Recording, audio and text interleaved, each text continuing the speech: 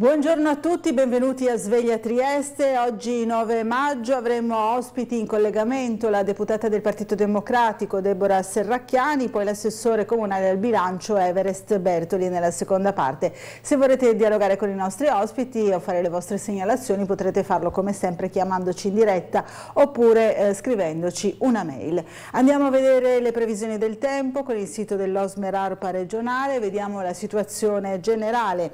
Martedì l'avvicinamento di un anticiclone all'Italia determinerà l'afflusso in quota di correnti da nord prevalentemente secche. Mercoledì e giovedì invece la regione sarà interessata da un fronte freddo. Qui vediamo quindi oggi, martedì 9 maggio, cielo variabile con maggior nuvolosità sulla fascia occidentale e maggiori schiarite a est sulla costa.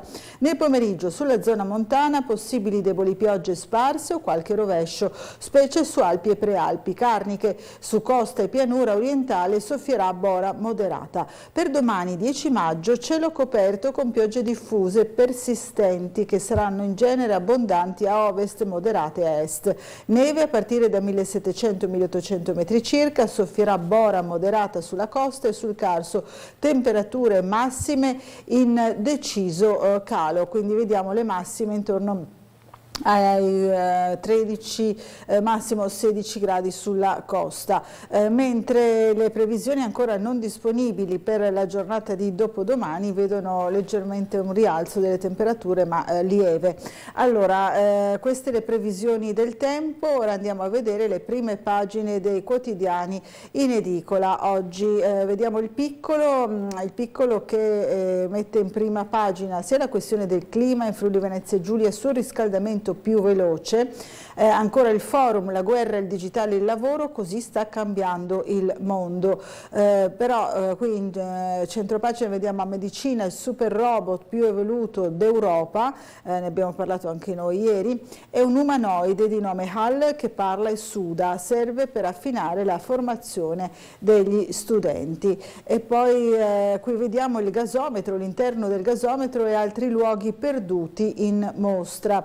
La nuova sede dell'INPS è pronta tra ambulatori, uffici e sportelli, anche di questo abbiamo parlato nel nostro telegiornale. Poi torna l'acqua nelle abitazioni di via Mazzini, nuova viabilità a partire da oggi, strutture, badge in spiagge, più personale al camping San Bartolomeo, ci si prepara alla stagione estiva, e poi biglietto più caro di 10 centesimi al Pedocin e niente resto, e questa è la polemica che sicuramente farà discutere. Poi ancora il festival Sabir, quel no ai muri lanciato da Trieste, poi la storia di Sciri da Kabul a Cutro.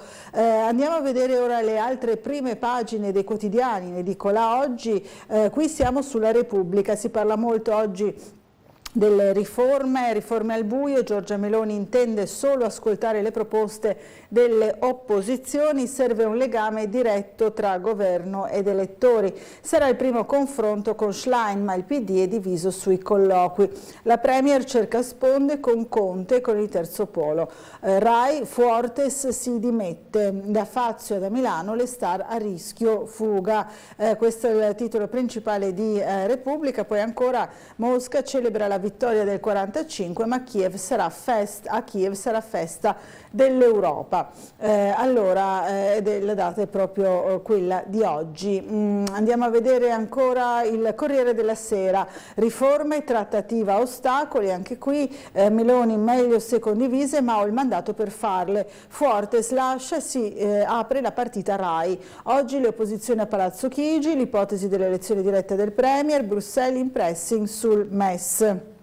Poi vediamo ancora le notizie degli spettacoli. Stasera a Liverpool comincia l'Eurovision, Mengoni per l'Italia. Poi ancora sempre sulla prima pagina del Corriere una foto di una irriconoscibile Meghan Markle. Meghan trekking in California, le vite parallele dei Windsor. E poi ancora Foggia, la strage, la confessione del padre, Jessica, il fratellino nascosto dal divano, il video ora il video della strage ora è virale. Ancora Zelensky, festa del 9 maggio, Zelensky sfida Putin, celebro l'Europa. Andiamo a vedere la stampa, riforme, la scelta di Meloni, il premier eletto dal popolo, basta governi fatti in laboratorio, avanti da soli se l'opposizione non ci sta, via alle consultazioni, primo faccia a faccia con Schlein, anche Conte a Palazzo Chigi. Renzi sto con Giorgia anche senza PD e 5 Stelle, dice il leader di Italia Viva. Ancora si riparla della memoria del rapimento e uccisione di Aldo Moro. Mio padre Aldo Moro, il dolore di Milani, ecco perché ci serve la giustizia riparativa, scrive Agnese Moro. Ancora Libero, attacco del PD alla casa, si concentra invece su questo, lo scippo del mattone, i sindaci Dem e la Schlein lanciano la campagna contro i proprietari, vogliono requisire gli immobili sfitti e impedire gli affitti brevi nelle grandi città, addio ai nostri investimenti. Meloni, voglio riforme condivise ma andremo avanti anche da soli. Allora, il giornale permesso di soggiorno anche ai delinquenti, TOG e immigrazione, la consulta, no allo stop automatico per gli stranieri con condanne lievi, pure spaccio, decideranno tutto i magistrati. Ancora andiamo a vedere il Fatto Quotidiano, l'Unione Europea spara sulla Pax cinese, si parla qui invece della guerra in Ucraina, e dirotta il PNRR sulle armi, urgenza per spostare i fondi dal sociale alle munizioni, euro vergogne è il sottotitolo. Allora andiamo a vedere ancora il Piccolo, torniamo nelle pagine interne. Andiamo a vedere le notizie che troviamo appunto all'interno del quotidiano locale. Volevo andare alla pagina, eccola qui, delle cronache cittadine. Ci sono le notizie per quanto riguarda il Consiglio Comunale, l'abbiamo intervista, eccola qui. Allora, il Consiglio Comunale litiga sulla proposta di una statua per Margherita Hack e alla fine prevale il no. Il Consiglio Comunale bisticcia su Margherita Hack, una mozione d'opposizione per erigere una statua alla scienziata è stata bocciata dalla maggioranza nella seduta di ieri sera, al termine di un lungo dibattito in cui si è discusso accesamente di toponomastica femminile, del proliferare fungino delle statue in città. Questo il dibattito, insomma, l'intervento, alcuni interventi nell'aula del Consiglio Comunale di Trieste. Sportelli, ambulatori uffici, pronta la nuova sede INPS, operativa da domani in via Ghiberti, all'ex INPDAP. Al piano terra il personale a disposizione dell'utenza, al primo gli spazi e centro visite medico-legali. Varie novità, nuovi servizi e poi da Tridico no al commissariamento strumentale e poco corretto, così si è espresso il presidente commissariato uscente, quindi dell'INPS. Allora rivediamo insieme il nostro servizio. Un bel giorno, arriviamo a questa inaugurazione di questa bellissima sede, che è una sede storica dell'INPS che era stata abbandonata da tempo con il passaggio di INPDAP a INPS e che poi negli ultimi anni abbiamo voluto fortemente restaurare. Questo spazio vuole essere anche sul piano simbolico uno spazio nuovo per l'ascolto delle persone. L'INPS di Trieste cambia casa e inaugura la nuova sede in via Ghiberti, a poca distanza dall'immobile di via Sant'Anastasio, per il quale pagava un affitto da circa 1 milione l'anno. Il trasloco consentirà quindi non solo un risparmio notevole, ma nelle intenzioni anche migliori servizi ai cittadini. Miriamo verso una modernità temperata, ovvero sia servizio di prenotazione online per consentire alle persone che non vogliono fare coda e attese di prenotare giorno e orario preciso, ma al contempo abbiamo anche degli spazi poi open, aperti, di accesso dei cittadini che sono in assenza di prenotazione, magari venendo incontro alle esigenze di una cittadinanza più anziana, con una minore dimestichezza dell'informatizzazione e via discorrendo. E anche noi ieri abbiamo sentito le parole del presidente uscente dell'INPS, Pasquale Tridico, ai nostri microfoni. Allora risentiamo insieme l'intervista. Rispetto ai pensionati, che sono sempre di più, perché soprattutto in questi anni, dal 2023 in poi, cominciamo a pensionare coloro che sono nati nel 1960 e nel 1960 nascevano 1 milione di persone all'anno. Oggi ne nascono meno di 400.000 e quindi pensate, entrano nel mercato del lavoro persone a un tasso che è meno della metà di quelli che escono, e questo qualche problema di sostenibilità in prospettiva lo pone.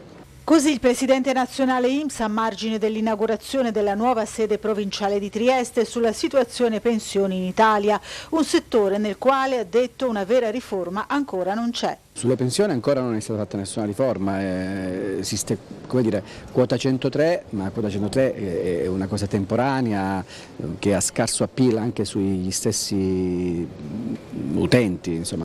La soluzione è da ricercarsi non tanto in campo previdenziale, ma incentivando il lavoro. Per aumentare la platea dei lavoratori servono investimenti.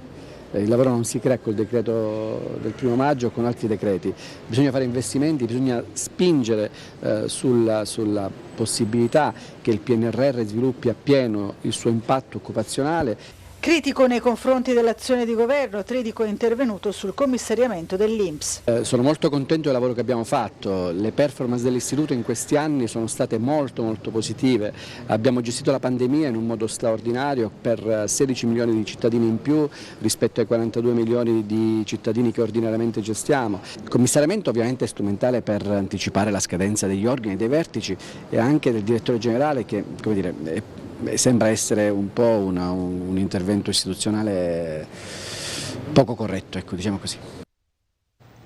Queste le parole appunto critiche del presidente uscente dell'INPS. Torniamo a leggere il piccolo per vedere invece una novità che riguarda la nostra città, ma un'innovazione importante per la medicina, il paziente robot HAL all'Università per Futuri Medici, un primato europeo. Una volta tanto insomma celebriamo questo tipo di primato. Il dispositivo più realistico al mondo acquisito dall'Ateneo consentirà agli studenti di simulare interventi e procedure. Gli iscritti ai corsi per le professioni sanitarie potranno lavorarci dal 3° anno in poi facendo pratica in team. È in grado di parlare, sbattere le palpebre, sudare, muovere occhi, capo, braccia. Il rettore di Lenard rileva l'investimento. E noi abbiamo realizzato un servizio con il nostro Gianluca Paladin. Vediamolo.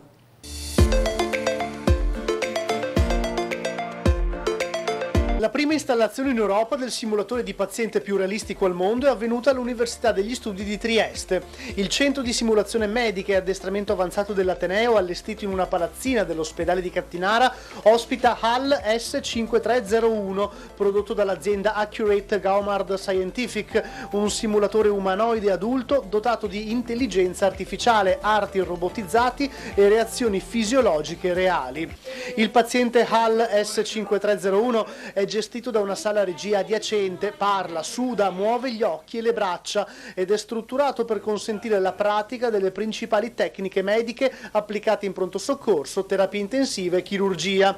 Il simulatore riproduce la fisiologia cardiaca, respiratoria, vascolare e cerebrovascolare, che può essere esaminato usando gli strumenti della pratica clinica come defibrillatori, sensori, ventilatori, stetoscopi, consentendo anche il prelievo venoso e l'applicazione di cateteri. La tecnologia è estremamente importante, la capacità organizzativa si aggiunge alla qualità che migliora le condizioni di eccellenza, ma ricordiamoci che tutto questo non sarebbe possibile se non ci fosse il capitale umano.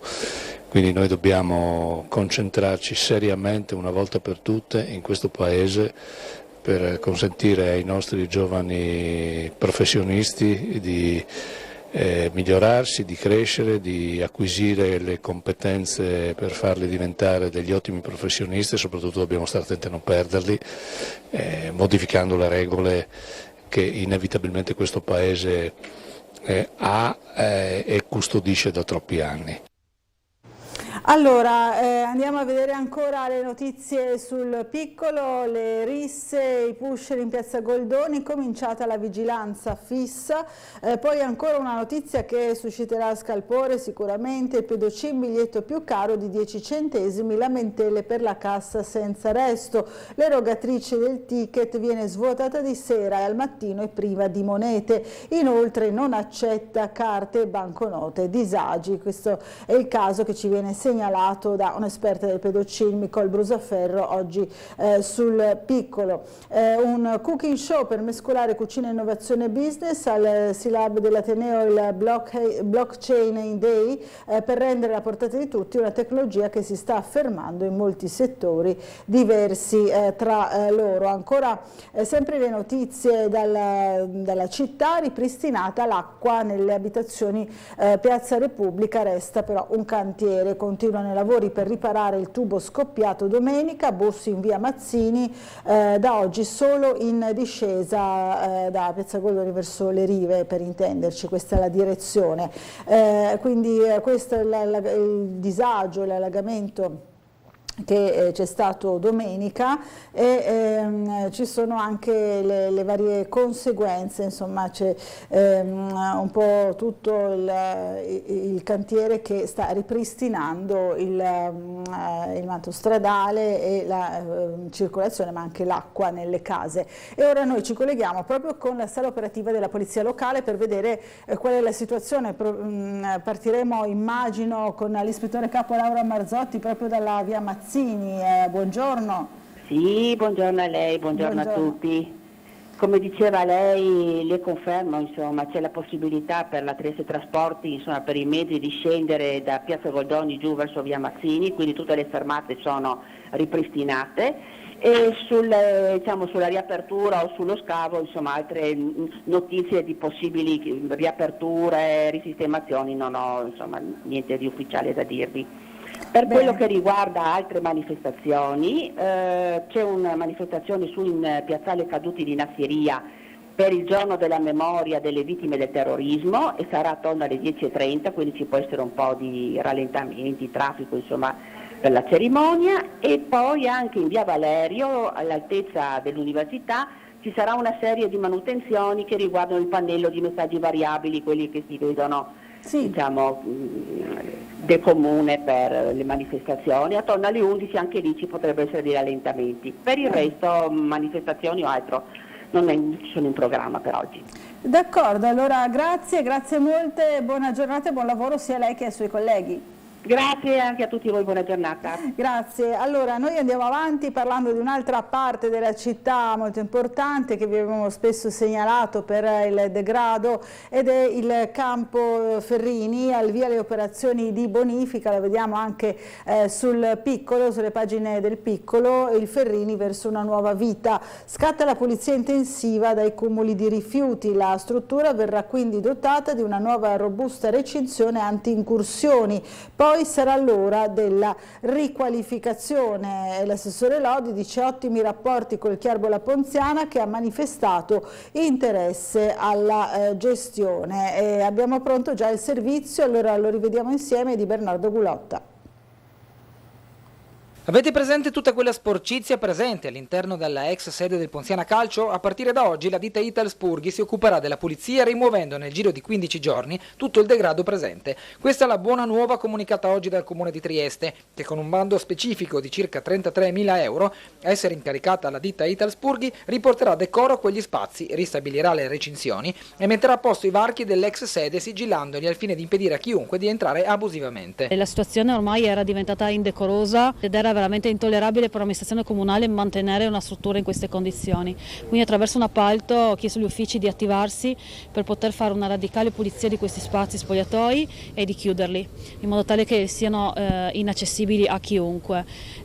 L'appalto a 33.000 euro parte oggi, avrà una durata di circa 10-15 giorni e prevede quindi una pulizia radicale di tutti gli spazi interni di cui non conosciamo neanche i materiali, quindi è un'attività abbastanza importante anche per l'impresa, che dovrà poi suddividere in base alla tipologia di rifiuto che andrà ad incorrere. La questione unisce decoro e igiene a sicurezza. Se l'ex sede del Ponziana è in queste condizioni, lo si deve a chi nel tempo è entrato per vandalizzare, creare giacigli, sporcare, consumare cibo e bevande, più in generale rendere quel posto inavvicinabile, anche solo dall'odore che si respira. Occorreva dare una risposta alla cittadinanza e soprattutto ai residenti della zona, e contemporaneamente serviva ristabilire un livello di sicurezza tale da scongiurare rischi e pericoli per l'incolumità delle persone. Oltre alla pulizia, lo step successivo è la riqualificazione del campo. Il comune ha in cassa 1.200.000 euro in residui del project financing con la Triestina, poi non andato a buon fine. Ma per ragionare su una riqualificazione che possa far riaprire i cancelli a una fruizione pubblica del tutto regolamentare, serviranno ancora circa 2 milioni di euro. Contiamo con questa variazione di bilancio di riuscire a racimolare comunque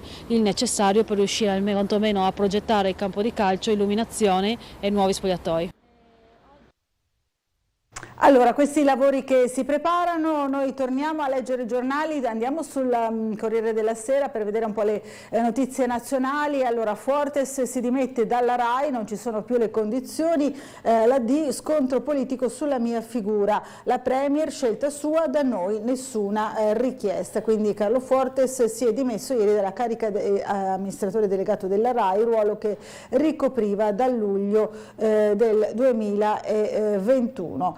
Andiamo a vedere ancora sempre sul Corriere della Sera la guerra in Europa, uno sciame di droni sui cieli ucraini e Zelensky cambia la festa del 9 maggio, il presidente il giorno dell'Europa, Mosca un traditore, l'ambasciata italiana rinnova l'invito a lasciare Kiev, quindi si aggrava la situazione anche dal punto di vista dei bombardamenti. Allora ancora vittorie tra le paure, Putin abbassa il tono della celebrazione russa, oggi parata ridotta, pochi leader, il clima è decisamente cambiato. Andiamo a vedere ancora sempre sul Corriere della Sera invece per quanto riguarda gli esteri, Israele invia il ministro estremista e l'Unione Europea cancella il ricevimento, Ben Gvir vergogna la replica, no a chi calpesta i valori fondanti dell'Unione.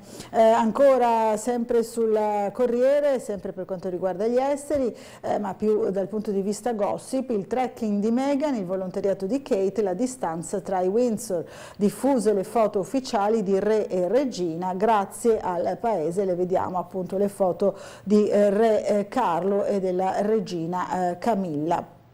Ancora andiamo a vedere la politica nazionale. Allora il PD, timore di altri AD, moderati a Schlein, non ignori il disagio, Guerini dopo Cottarelli, sbagliato restare indifferenti, Picerno non me ne vado ma sono preoccupata, c'è appunto questo tipo di movimento all'interno del Partito Democratico. Poi comunali, la Premier in campo, ci manca ancora qualcosa, comizio con Salvini Tajani ad Ancona dove il centrodestra non governa da 30 anni, si parla appunto di elezioni locali.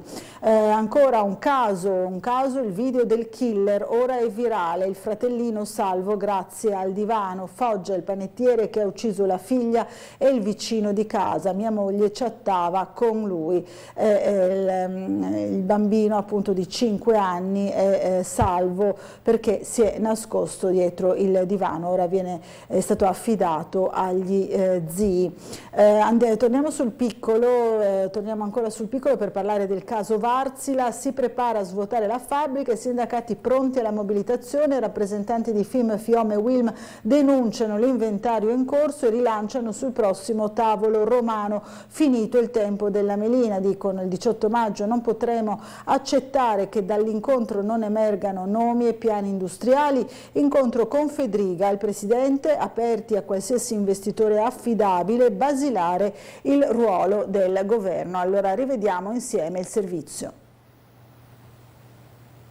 Il tempo delle meline, delle strategie deve essere finito a questo tavolo qua. Qualora non dovessero emergere né nomi né piani industriali all'incontro del 18 maggio sarebbe una scusa che non potremo più accettare. Non hanno più intenzione di accettare altre fumate nere. Se al prossimo tavolo al Ministero non ci sarà chiarezza sul futuro di Wärtsilä, a cominciare dai piani industriali, i lavoratori potrebbero scendere nuovamente in piazza. I segretari e l'RSU di FIM, FIOM e WILM hanno incontrato il presidente della regione Fedriga e l'assessore al lavoro Rosolén proprio in vista dell'appuntamento del 18 maggio. Aspettiamo il governo quindi adesso, il 18, vediamo quale sarà l'impostazione del governo, quale sarà l'azione appunto che farà il Ministero, perché sarà essenziale per questa partita. Ancora una volta i sindacati hanno trovato l'appoggio della regione sulle garanzie per il futuro dello stabilimento. Soddisfazione un po' per tutti che il Presidente in apertura ha detto che il problema Wärtsilä non è soltanto, non si chiude soltanto con la piena occupazione di tutti, ma con una fabbrica che deve continuare a essere strategica per il territorio e per la nazione. La preoccupazione principale è che si arrivi al tavolo del 18 maggio con i giochi già fatti dall'azienda. Noi pregiudizio non abbiamo verso nessuna delle ipotesi che si possa verificare, sicuramente tanti aspetti da chiarire, questo sì, e questo è quello proprio che vogliamo fare. Noi non vogliamo trovarci di fronte, come dire, a un prodotto confezionato e questo prendere o lasciare. La corporation si sta preparando anche a fare delle valutazioni di trasporto di asset via da Trieste, quindi noi questo l'abbiamo posto anche al Presidente della Regione affinché venga trasmesso a tutti i livelli. Quando saranno esplicitati i piani industriali e come vengono garantiti, allora potremo fare delle valutazioni. Fino adesso alla fine poi si è visto anche quante chiacchiere ci sono state, insomma. Allora, torniamo a leggere ancora un po' i giornali, andiamo sul Corriere della Sera per parlare di un fenomeno che si sta estendendo un po' in tutta Italia, i ragazzi delle tende, caro affitti, la protesta degli universitari si estende da Milano a Roma, ormai la situazione è insostenibile, Bernini, un piano per calmierare i prezzi, questo è il titolo del Corriere, in tenda contro il caro affitti si allarga la protesta degli studenti fuori sede, stanchi di dover fare i conti con i prezzi proibitivi per stanze condivise o di pochi metri quadri. Nella capitale un gruppo di ragazzi della Sapienza ha deciso di dormire sotto la statua della Minerva, insomma questo fenomeno è partito a Milano e si sta estendendo anche altrove dove il fenomeno è particolarmente sentito. Sentenza scomparsa per un'alluvione dopo 48 anni e scontro sul ex BR indagato, sequestro Gancel, omicidio del carabiniere del 75, il vecchio proscioglimento di Azzolini non si trova più. Allora andiamo sul piccolo, il festival Sabir fa rotta su Trieste e mette al centro le voci dei popoli, al via giovedì l'evento dedicato a migrazioni e accoglienza, incontri, mostre e la marcia contro i muri attraverso il confine, di questo si parlerà qui a Trieste. Poi c'è la storia di Shiri e il cugino perso a Cutro, una tragedia utilizzata per limitare ancora i diritti, dice Alidad, è nato in Afghanistan, giunse in Italia da solo dopo 4 anni di viaggio, legato al semiasse di un tir. Quando arrivai non sognavo più, sono stato tanto fortunato, dice questo giovane. Noi migranti narrati come poveracci o delinquenti vogliamo dire che chi siamo e cosa intendiamo fare per la società. Vediamo ancora il resoconto di quelli che sono gli scontri ancora a Kiev e in tutta l'Ucraina.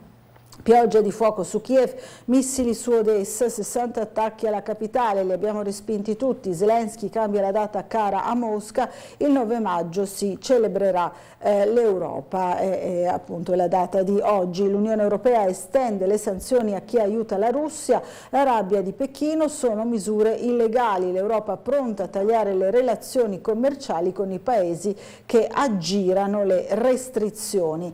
Ancora a Belgrado, folla in piazza contro la violenza, sostenitori dell'opposizione ma anche studenti e famiglie, il corteo ha occupato gran parte del centro, siamo oltre 50.000, la protesta pacifica, gli organizzatori iniziativa per reagire in modo diverso da quello delle autorità, chiesto lo stop ai media filogovernativi.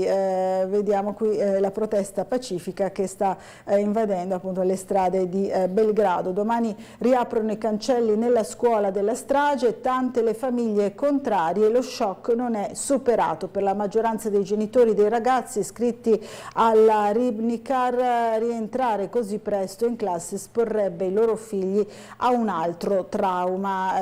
Qui vediamo appunto tutte le conseguenze di quello che è accaduto qualche giorno fa nella scuola di Belgrado. Poi la solitudine di Leonardo, ancora scampato a 5 anni alla furia del papà nascondendosi dietro un divano. L'ira omicida scatenata da una chat: avevo il diavolo nel cervello. È un po' una scusa che sentiamo purtroppo spesso in casi come questi. Allora, Quarnero, cinghiali in aumento, esemplare entra in un negozio, avveglia l'animale in una rivendita, orti razziati nell'Abbaziano. La comunità di abitato di Ica chiede alle autorità di intervenire. Insomma, torna il problema cinghiali anche dalle parti appunto del Quarnero. Allora, ancora sempre nelle pagine interne del Piccolo si torna a parlare dell'innovazione in medicina. Storie e competenze del sanatorio triestino hanno convinto GHC a rafforzarsi a nord-est. Maria Laura Garofalo, amministratore delegato del gruppo quotato in borsa, che la settimana scorsa ha acquisito la clinica. Ci dobbiamo fermare per una breve pausa pubblicitaria, ci rivediamo subito dopo, fra pochissimo.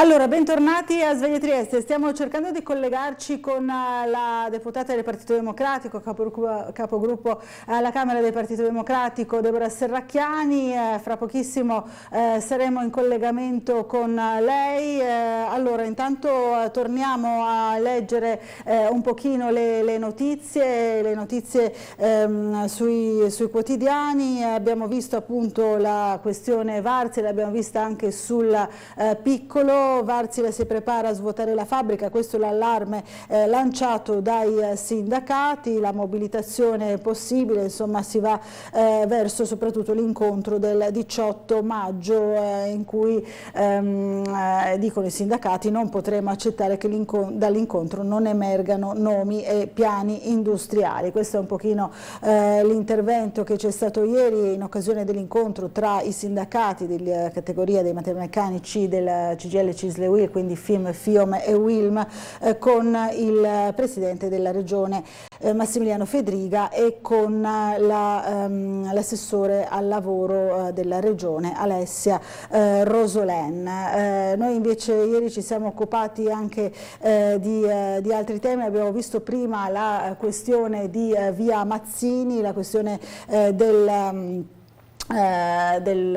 dello scavo insomma in via Mazzini. Abbiamo documentato insieme al nostro Gianluca Paladin quella che è tutto il lavoro insomma per ripristinare la situazione. Abbiamo saputo che ieri sera tutte le utenze dell'acqua sono state ripristinate e ora si lavora, in particolare l'abbiamo sentito anche nel collegamento con la polizia locale, per ripristinare anche la viabilità normale. Ma rivediamo insieme il servizio di Gianluca Paladin.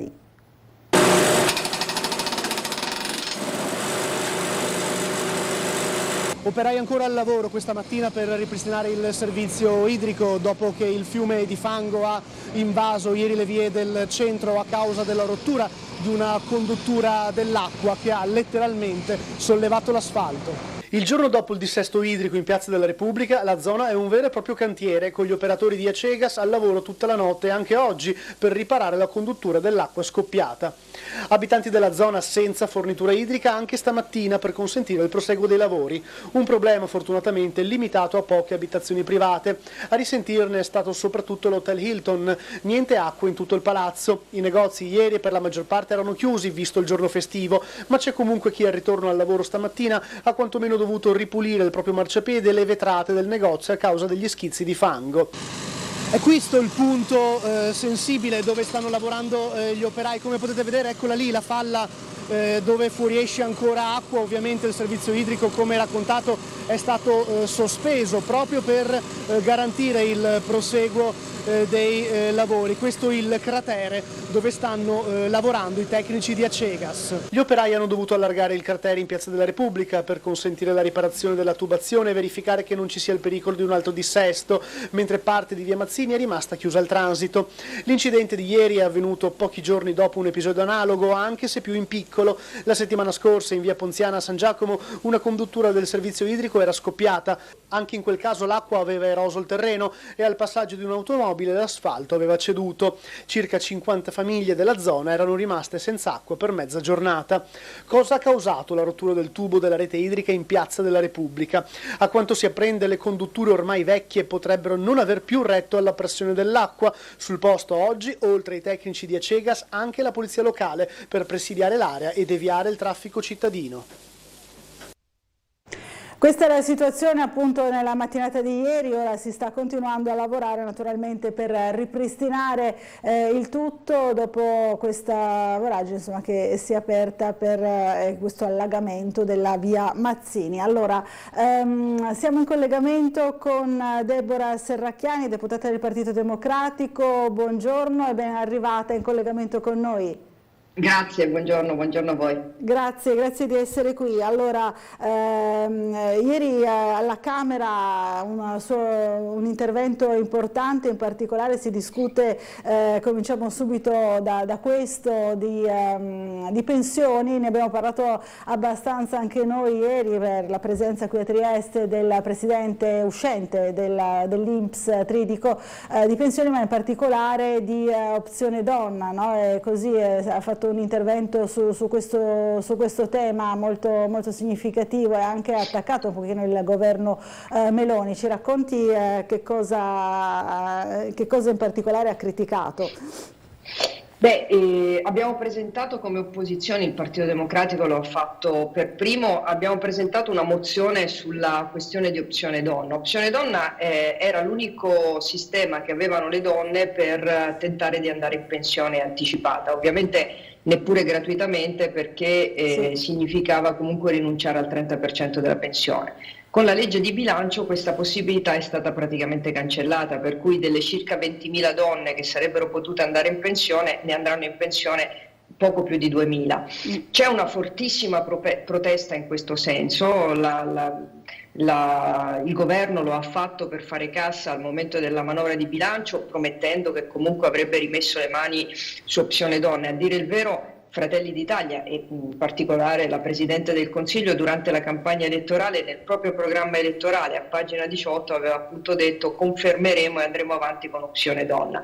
Bene, opzione donna è stata cancellata, le donne non hanno una soluzione per andare in pensione prima e tutte le soluzioni che sono state proposte dal governo, che vengono proposte e studiate dal governo, almeno da quello che leggiamo dai giornali, riguardano tutti una certa opzione uomo, nel senso che le donne purtroppo hanno un'anzianità contributiva sempre molto più bassa degli uomini, arrivano al massimo a 20 anni e hanno anche una purtroppo anzianità contributiva molto frammentata, interrotta da maternità piuttosto che dal cambio di lavoro, spesso interrompono il lavoro quando appunto hanno dei figli, per cui mandare in pensione prima le donne anche quando fanno lavori molto gravosi è davvero difficile, se non impossibile. Ci siamo lamentati perché è la quarta volta che promettono di reintrodurre opzione donna o comunque di dare una soluzione alle donne che vogliono andare in pensione prima e che hanno lavorato anche molto, e però non si vede nulla all'orizzonte. Speravamo di trovare qualcosa nel decreto lavoro, non c'è nulla. Se lei considera che l'ultima proposta a cui pare stiano ragionando è la cosiddetta quota 41, vuol dire che veramente le donne sono lasciate fuori da ogni sistema pensionistico.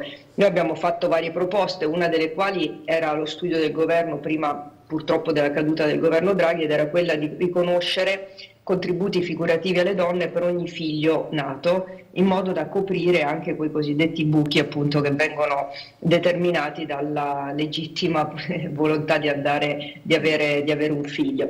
Purtroppo sulle donne si sta facendo davvero molto poco, il fatto che lo faccia una Presidente del Consiglio donna un po' dispiace. Dispiace, allora su questo c'è davvero tanto da discutere, ma sentiamo subito la telefonata per arrivata dai nostri telespettatori, allora sentiamola immediatamente. Pronto, buongiorno, chi è in linea con noi? Sì, buongiorno a tutte e due. Buongiorno. Sì, Buongiorno. tutto quello che state dicendo è vero, cioè io sono sincera, sono molto preoccupata, sono appena andata in pensione dopo 40 anni e prendo 900 euro. A parte le avventure che hai nella vita, perché effettivamente i figli e mamma e papà da guardare, da salvaguardarli, perché effettivamente si diventa anziani, io penso che i figli servano anche a questo, anche se poi sei penalizzata, perché ecco, io non mi trovo rappresentata quasi più da nessuno, perché sinceramente non so, viviamo un'epoca, cioè l'Italia praticamente tutte le belle cose, cioè, sono state buttate via. Io non so, si parla tanto della Costituzione, la nostra Costituzione è bella, però evidentemente non ci salvaguarda sufficientemente, perché anche il Partito Democratico negli anni, almeno questi ultimi 20 anni, quasi 30, non è stato più vicino alla gente, si è perso per strada, non lo so. Sono cose politiche che io non riesco a capire, ma la gente deve essere salvaguardata in qualche modo. Poi adesso c'è la destra, d'accordo, non lo so. Io mi chiedo se domani, visto che della sanità non si parla nemmeno, diteci, sinceramente la sanità diventerà privata, perché a questo punto è meglio spararci, perché sinceramente uno non può curarsi, non ce la fa più. Cioè, voglio dire, veramente è vergognoso. Poi non c'è più cultura, ragazzi, cioè, non c'è più cultura per niente, c'è solo violenza in giro, violenza sui social, violenza nelle scuole, violenza per strada, cioè verbalmente, ma anche dal governo c'è una violenza verbale. Io non so se la gente se ne rende conto. Ma io sono un po' scoraggiata la signora da questa situazione, è preoccupata più che scoraggiata. Certo che sì, mi scusi, io domani non mi potrò più curare. Allora a questo punto è meglio in particolare quindi per quanto riguarda la sanità. Per lo Stato.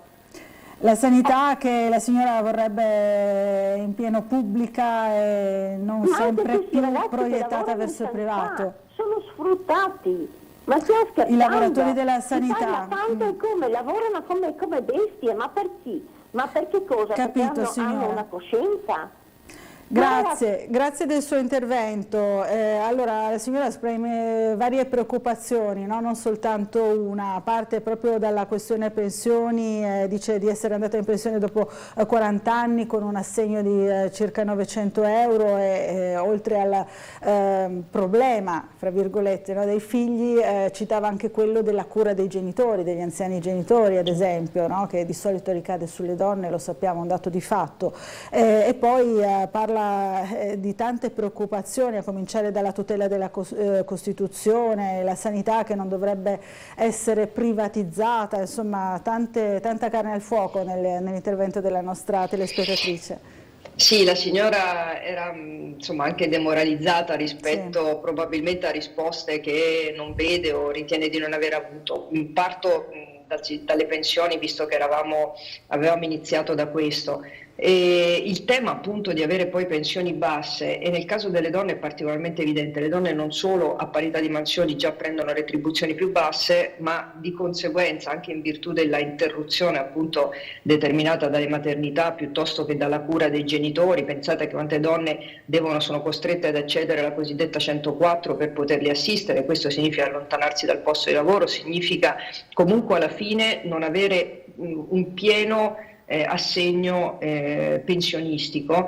Questo è il tema secondo me su cui dobbiamo concentrarci, su cui abbiamo tentato di concentrarci. Ricordo, è vero, la signora non avremo dato tutte le risposte, ovviamente quando si tocca il sistema pensionistico servono tantissimi soldi, per esempio al posto di quota 100 avremmo potuto fare i contributi figurativi, avrebbero potuto fare, non è stata una scelta del Partito Democratico quella, avrebbero potuto fare appunto i contributi previdenziali per le donne, e per esempio nel decreto lavoro avevamo chiesto ci fosse un qualcosa per gli assistenti di cura alle persone, penso alle badanti, la possibilità ad esempio per le famiglie di scaricare tutte le spese. Questo regolarizzerebbe tante posizioni che sappiamo non essere purtroppo in Italia molte volte regolari, e permetterebbe però alle famiglie anche di avere meno costi, meno spese e magari una qualità maggiore dell'assistenza per i loro cari, e che non gravi ovviamente tutta sulle donne, perché poi la signora ha toccato un tema serissimo. Noi diventiamo per fortuna più anziani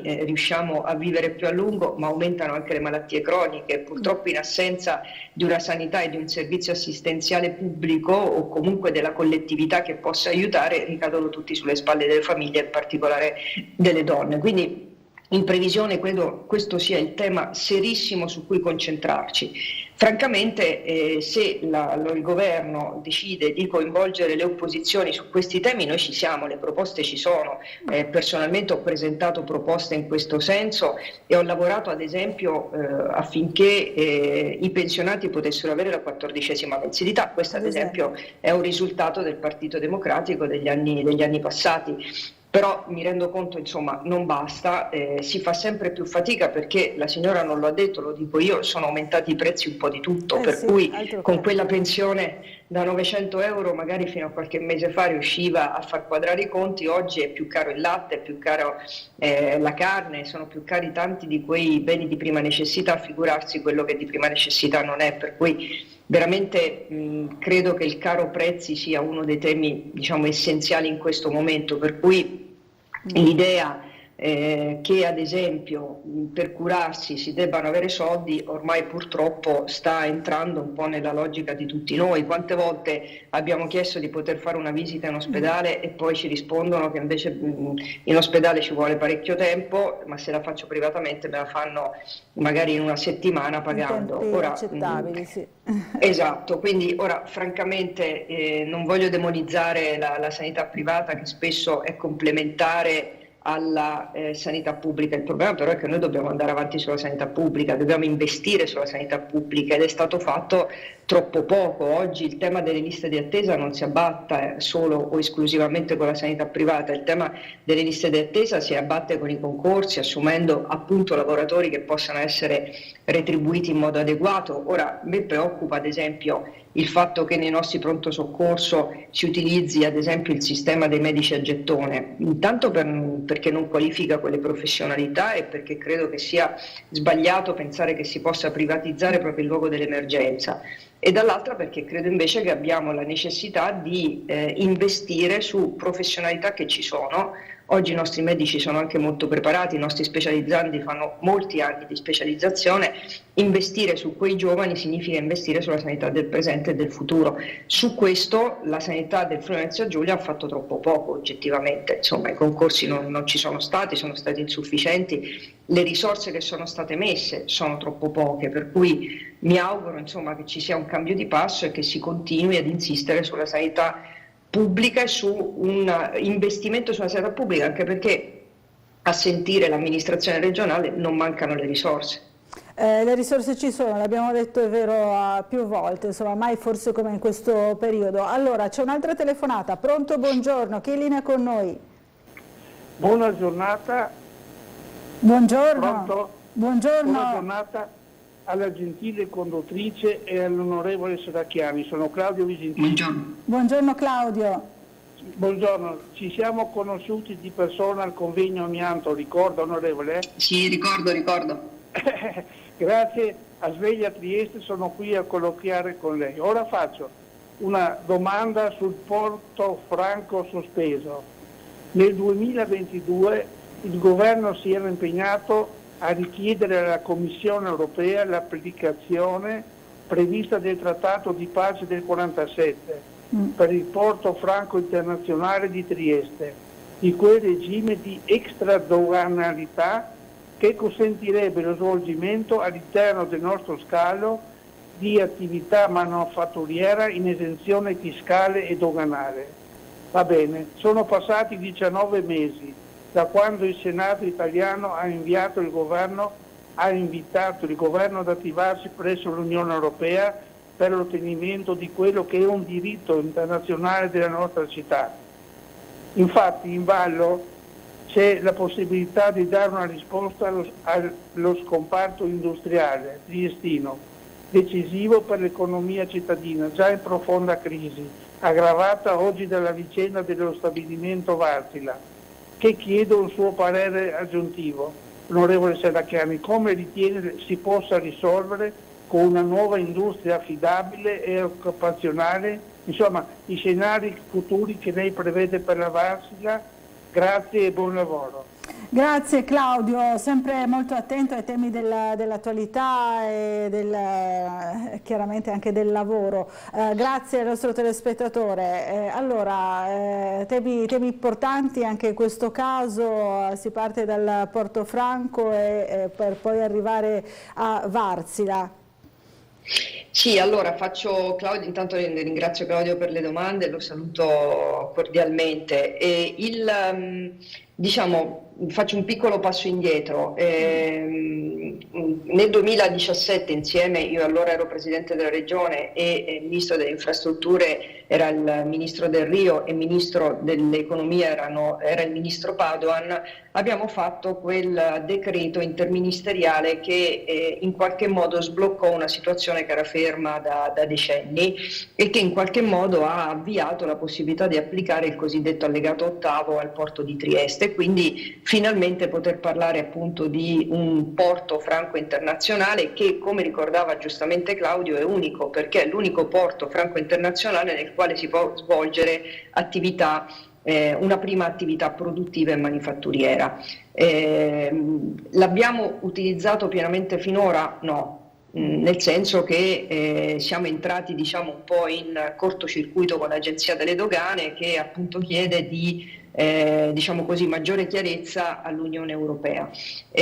L'attività preziosa che venne fatta, lo ricordava appunto Claudio, dalla senatrice Roitz quando presentò una risoluzione al Senato all'esito della quale il governo disse si può fare, adesso lo traduco ovviamente in modo molto semplice e sintetico, da quel momento purtroppo il governo non ha fatto molto di più, cioè non c'è stata quell'interlocuzione con l'Europa che avrebbe potuto in qualche modo sbloccare le cose. Personalmente posso riferire che mi ero interessata anche con il gabinetto del commissario all'economia Gentiloni e qualche passaggio in più si può fare per ottenere quell'apertura necessaria. Devo dire che il presidente Zeno D'Agostino ha fatto un'attività veramente molto importante, puntuale, anche trasferendo una parte del porto del punto franco e portandolo nel cosiddetto Frieste, no? Dove oggi si è insediata BAT e dove auspichiamo si possano aumentare gli insediamenti industriali e anche la produzione.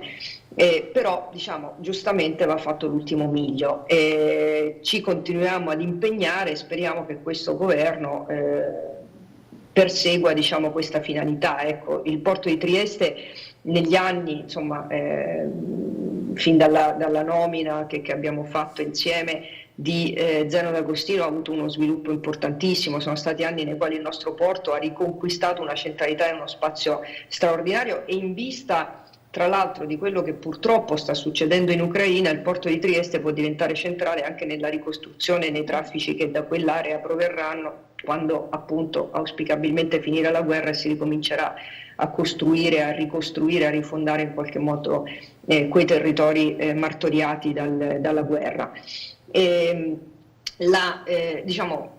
Bisogna insistere, ecco, mettiamola così. Per quanto riguarda Varsila io non posso non nascondere una certa preoccupazione. Quello è un sito strategico. È un luogo nel quale si fanno motori per le grandi navi, lo si fa con una professionalità, con una qualità, con una esperienza straordinaria che ci invidiano anche dalla sede finlandese, per cui non sono in grado, tra virgolette, di replicare quello che a Trieste si fa da tantissimo tempo. Perdere quella strategicità a mio parere è un errore non solo per Varsila, per i lavoratori, per Trieste, per la regione Friuli-Venezia Giulia, è un errore per il Paese. Non possiamo perdere questa filiera, non lo può fare Trieste perché poi Varsila non è soltanto i dipendenti diretti di Varsila, ma è tutto l'indotto che c'è intorno alla realizzazione di quell'attività, per cui essendo il sito molto appetibile e la notizia è una notizia buona, ci sono delle offerte, cioè c'è la possibilità di andare avanti con la produzione industriale.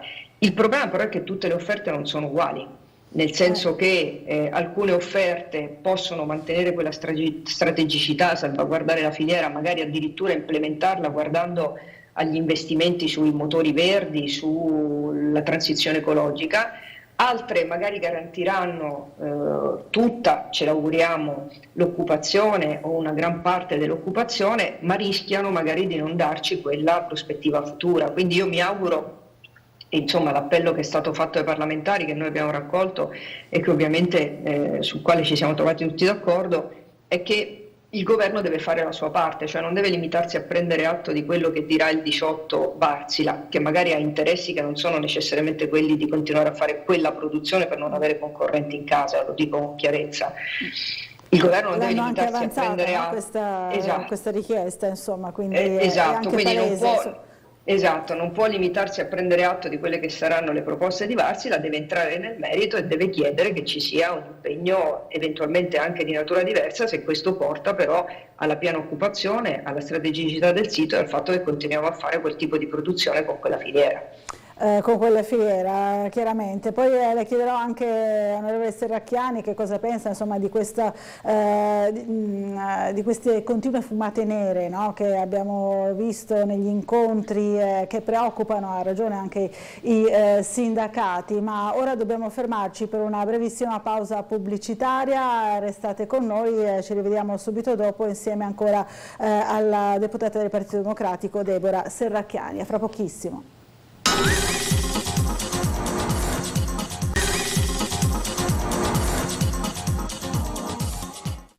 Bentornati in diretta, eccoci ancora in collegamento con Deborah Serracchiani, deputata del Partito Democratico, in collegamento da Roma, no? Con noi qui a Sveglia Trieste. C'è una telefonata, allora la sentiamo subito. Pronto, buongiorno, chi è in linea con noi? Pronto? Vediamo se riusciamo a sentire il nostro telespettatore o telespettatrice. No, allora credo sia caduta la linea. Prima Serracchiani le chiedevo appunto come vede, insomma, lo scenario sempre relativamente a Wärtsilä, no? Con queste continue fumate nere. Ieri i sindacati si sono espressi dicendo melina, no? Basta, è finito il tempo della melina, vogliamo certezze al tavolo di Roma che ci sarà il 18 maggio. Ma io credo che sia necessario, insomma, avere un'idea più precisa su quelle che sono le intenzioni della società, però francamente non ne farei una questione di tempo, nel senso che se c'è bisogno di tempo perché si ottenga quel risultato che dicevo prima, e cioè il mantenimento dell'occupazione, della strategicità del sito, della produzione e anche di investimenti futuri, compreso diciamo così, la protezione della filiera e dell'indotto, che si prendano pure tutto il tempo necessario, insomma, non è quello diciamo il tema. Il problema è che passa il tempo senza avere nessuna idea precisa, e se poi dopo, passato il tempo, si è costretti a prendere al volo l'unica proposta che magari resta sul tavolo, questo non va bene, insomma, non è questo che chiedono i sindacati, non è questo che chiede la città, che chiede la regione o che ha chiesto in quel luglio famoso in cui, insomma, migliaia di persone sono scese e hanno manifestato proprio perché vogliono che continui quell'attività, ma non perché deve continuare l'attività di Wärtsilä fine a se stessa, deve continuare quella produzione strategica nel paese. Serracchiani, su quali temi state concentrando l'opposizione? Ne abbiamo parlato prima anche per quanto riguarda Opzione Donna, ma in generale l'opposizione al governo Meloni in questo periodo in Parlamento. Ma sui temi sicuramente del lavoro, accennavo prima quando ha telefonato la telespettatrice che sollevava la questione appunto della sua pensione, al tema anche più in generale dei salari. Non lo scopriamo oggi, ma insomma i salari degli italiani sono quelli che sono calati di più negli anni in Unione Europea, non solo non sono aumentati ma sono calati in proporzione, diciamo, all'aumento del costo della vita e francamente oggi l'inflazione è il tema su cui dobbiamo concentrarci tutti. Gli italiani hanno bisogno di avere salari e stipendi e indennità maggiorate che possano consentire loro di far fronte all'aumento dei prezzi. Il taglio del cuneo fiscale è corretto, sia chiaro, non dico che non sia giusto, non dico che sia un'iniziativa che va nella direzione che noi abbiamo auspicato fin dal primo governo Prodi, quando appunto abbiamo iniziato a fare il taglio del costo del lavoro. Il problema è che è troppo poco e non è strutturale. In più, se lei considera che il taglio del costo del lavoro del governo partirà dal mese di luglio, è adesso che gli italiani non ce la fanno a pagare la spesa quando vanno alla cassa dei supermercati, quando riescono ad andarci ovviamente. Per cui il problema che noi abbiamo posto è che non solo non è strutturale, ma un po' li prende in giro, parte a luglio, finisce a dicembre.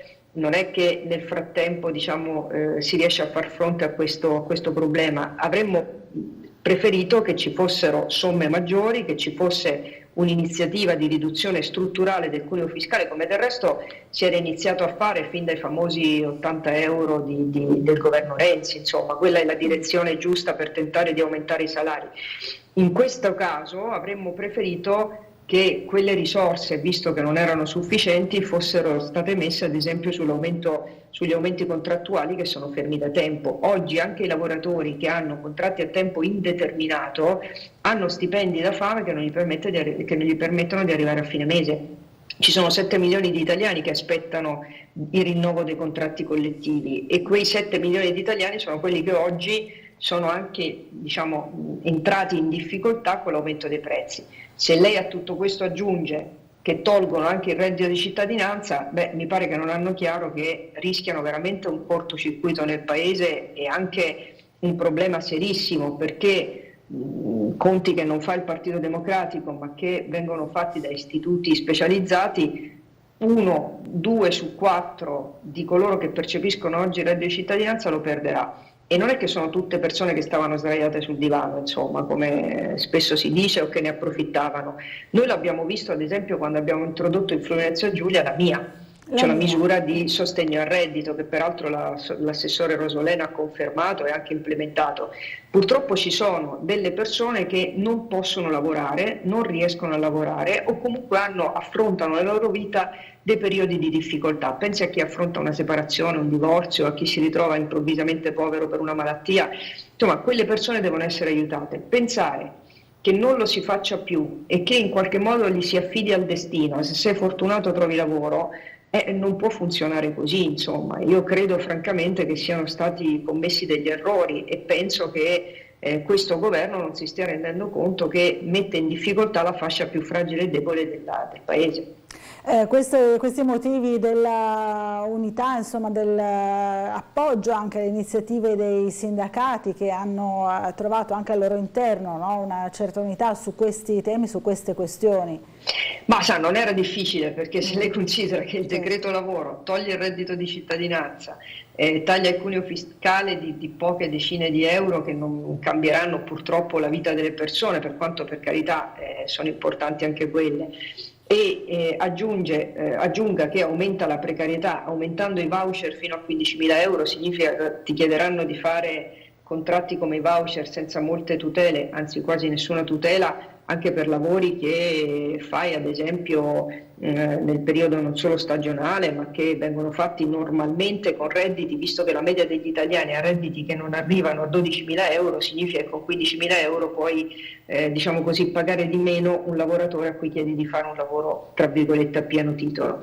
Dall'altra parte togliere le causali ai contratti a termine significa, tra l'altro non vengono solo tolte le causali ai contratti a termine, mi permetta solo una considerazione: oggi tu puoi fare un contratto a termine fino a 12 mesi senza causali, se lo vuoi poi prorogare devi mettere le causali, cioè devi giustificare il motivo per cui fai un contratto a termine e non fai un contratto a tempo indeterminato. La maggior parte dei contratti collettivi prevede le causali. Oggi cosa dice il decreto lavoro? Che quelle causali vengono messe dal contratto collettivo, oppure possono essere messe da un contratto aziendale, oppure addirittura possono essere messe da un rapporto diretto che il datore di lavoro ha con il lavoratore. Ora lei mi dica, tra le parti, qual è la parte più debole quando si deve andare a firmare un contratto di lavoro? Il datore di lavoro o il lavoratore? E quindi questa precarizzazione francamente è pericolosa. Questo è il rischio. Allora, sentiamo la prossima telefonata. Pronto, buongiorno, chi è in linea con noi? Buongiorno. Pronto? Eccoci, buongiorno. Pronto, buongiorno, sono in linea? Sì, è in linea, può parlare, buongiorno a lei. Dottoressa Buccarella, buongiorno a lei e alla sua ospite, sono Fulvio. Fulvio, buongiorno. Esatto, volevo un attimo ricordare alla deputata Serracchiani che ieri c'è stata la festa del 75esimo anniversario della Costituzione Costituzione che recepisce il trattato di pace, come chiaramente anche riportato nel decreto legge firmato da 2 deputati della ministri in quel momento del Partito Democratico, Del Rio e Padoan, in cui dice chiaramente: visto il decreto legislativo del capo provvisorio dello Stato, sarebbe i padri costituenti, il 28 novembre del 1947-1430, recante esecuzione del trattato di pace tra l'Italia e le potenze alleate, inutile che legga avanti perché indubbiamente la Serracchiani conosce benissimo. Allora io chiedo a lei, che è da tanti anni in politica, no? Non si vergognano mai a non rispettare la Costituzione e le leggi italiane? Non lo dico io, non l'ho scritto io, sono nato un attimo prima del 47, qualche anno prima, no? Tutti i politici qua a Trieste non si vergognano mai? Sa che sono illegali? Non vengono rispettate né le leggi e nemmeno la Costituzione che loro festeggiano. Io mi chiedo, ma che morale, che etica hanno? Grazie e buona giornata. Grazie a lei Fulvio, buona giornata. C'è anche Giorgio che ci scrive, sempre così raccogliamo nello stesso tema, diciamo, potresti chiedere gentilmente alla tua gentile ospite perché assieme ai sindacati e a tutto il governo italiano non chiedete di estendere il punti franchi previsti nell'allegato ottavo anche alla Varsila come appunto estensione, quindi rientriamo un pochino nello stesso argomento, ampliandolo insomma in qualche modo.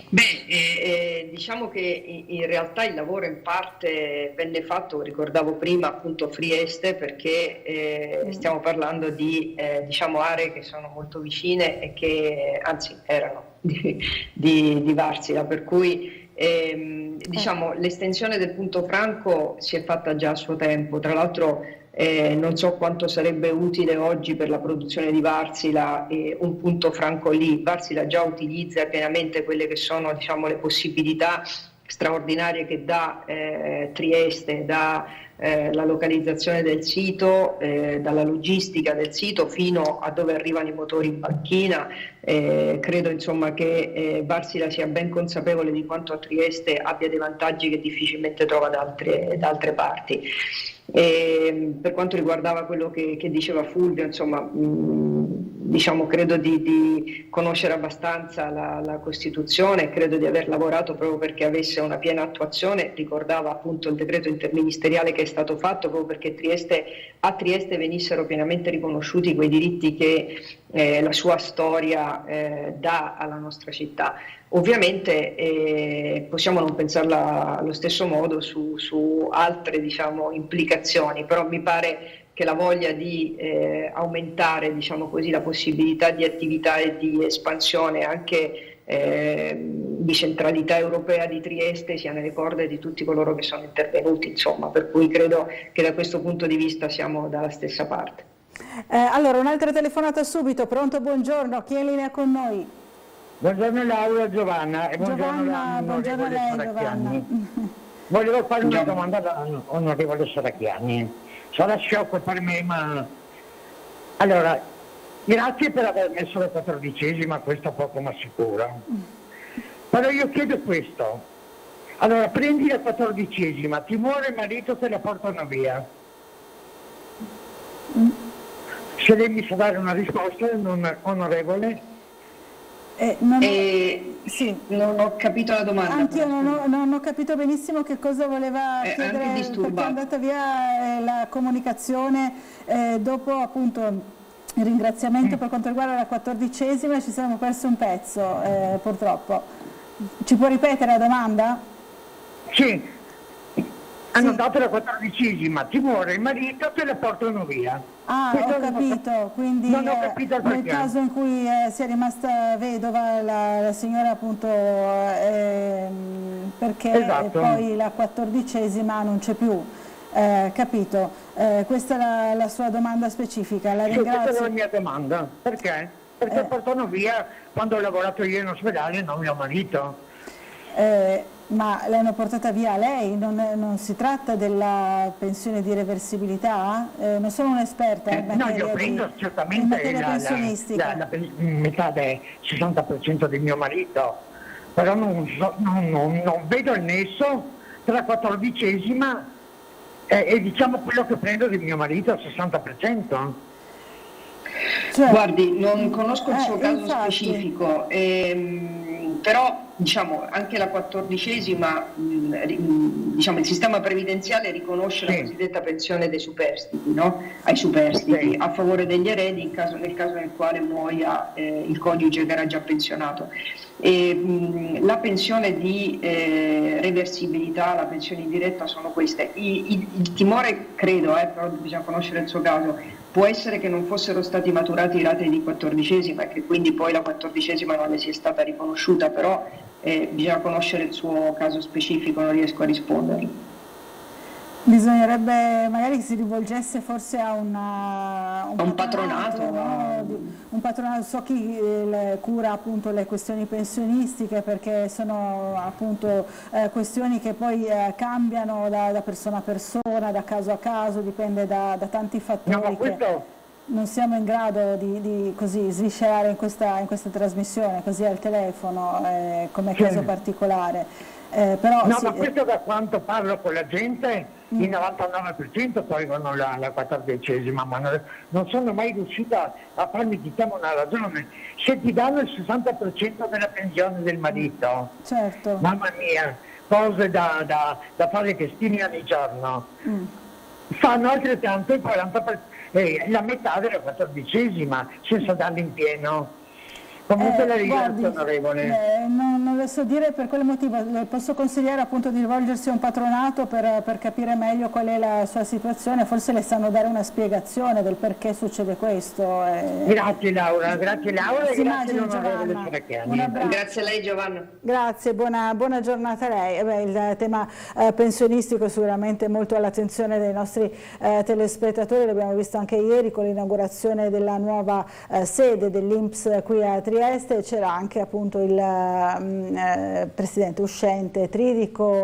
Volevo chiederle, Serracchiani, che cosa pensa insomma di questo commissariamento anche da parte del governo Meloni, dell'Istituto Nazionale di Previdenza Sociale e di quelli che sono i movimenti in questo campo così delicato. Ma io credo che non sia mai successo nella storia recente, almeno di questa Repubblica, quello che è accaduto, che con un decreto legge, ricordo un decreto legge, siano stati commissariati dall'oggi al domani, sia stata innanzitutto fatta una legge ad personam per quanto riguarda la sostituzione dell'amministratore delegato della RAI, ma questo è un punto.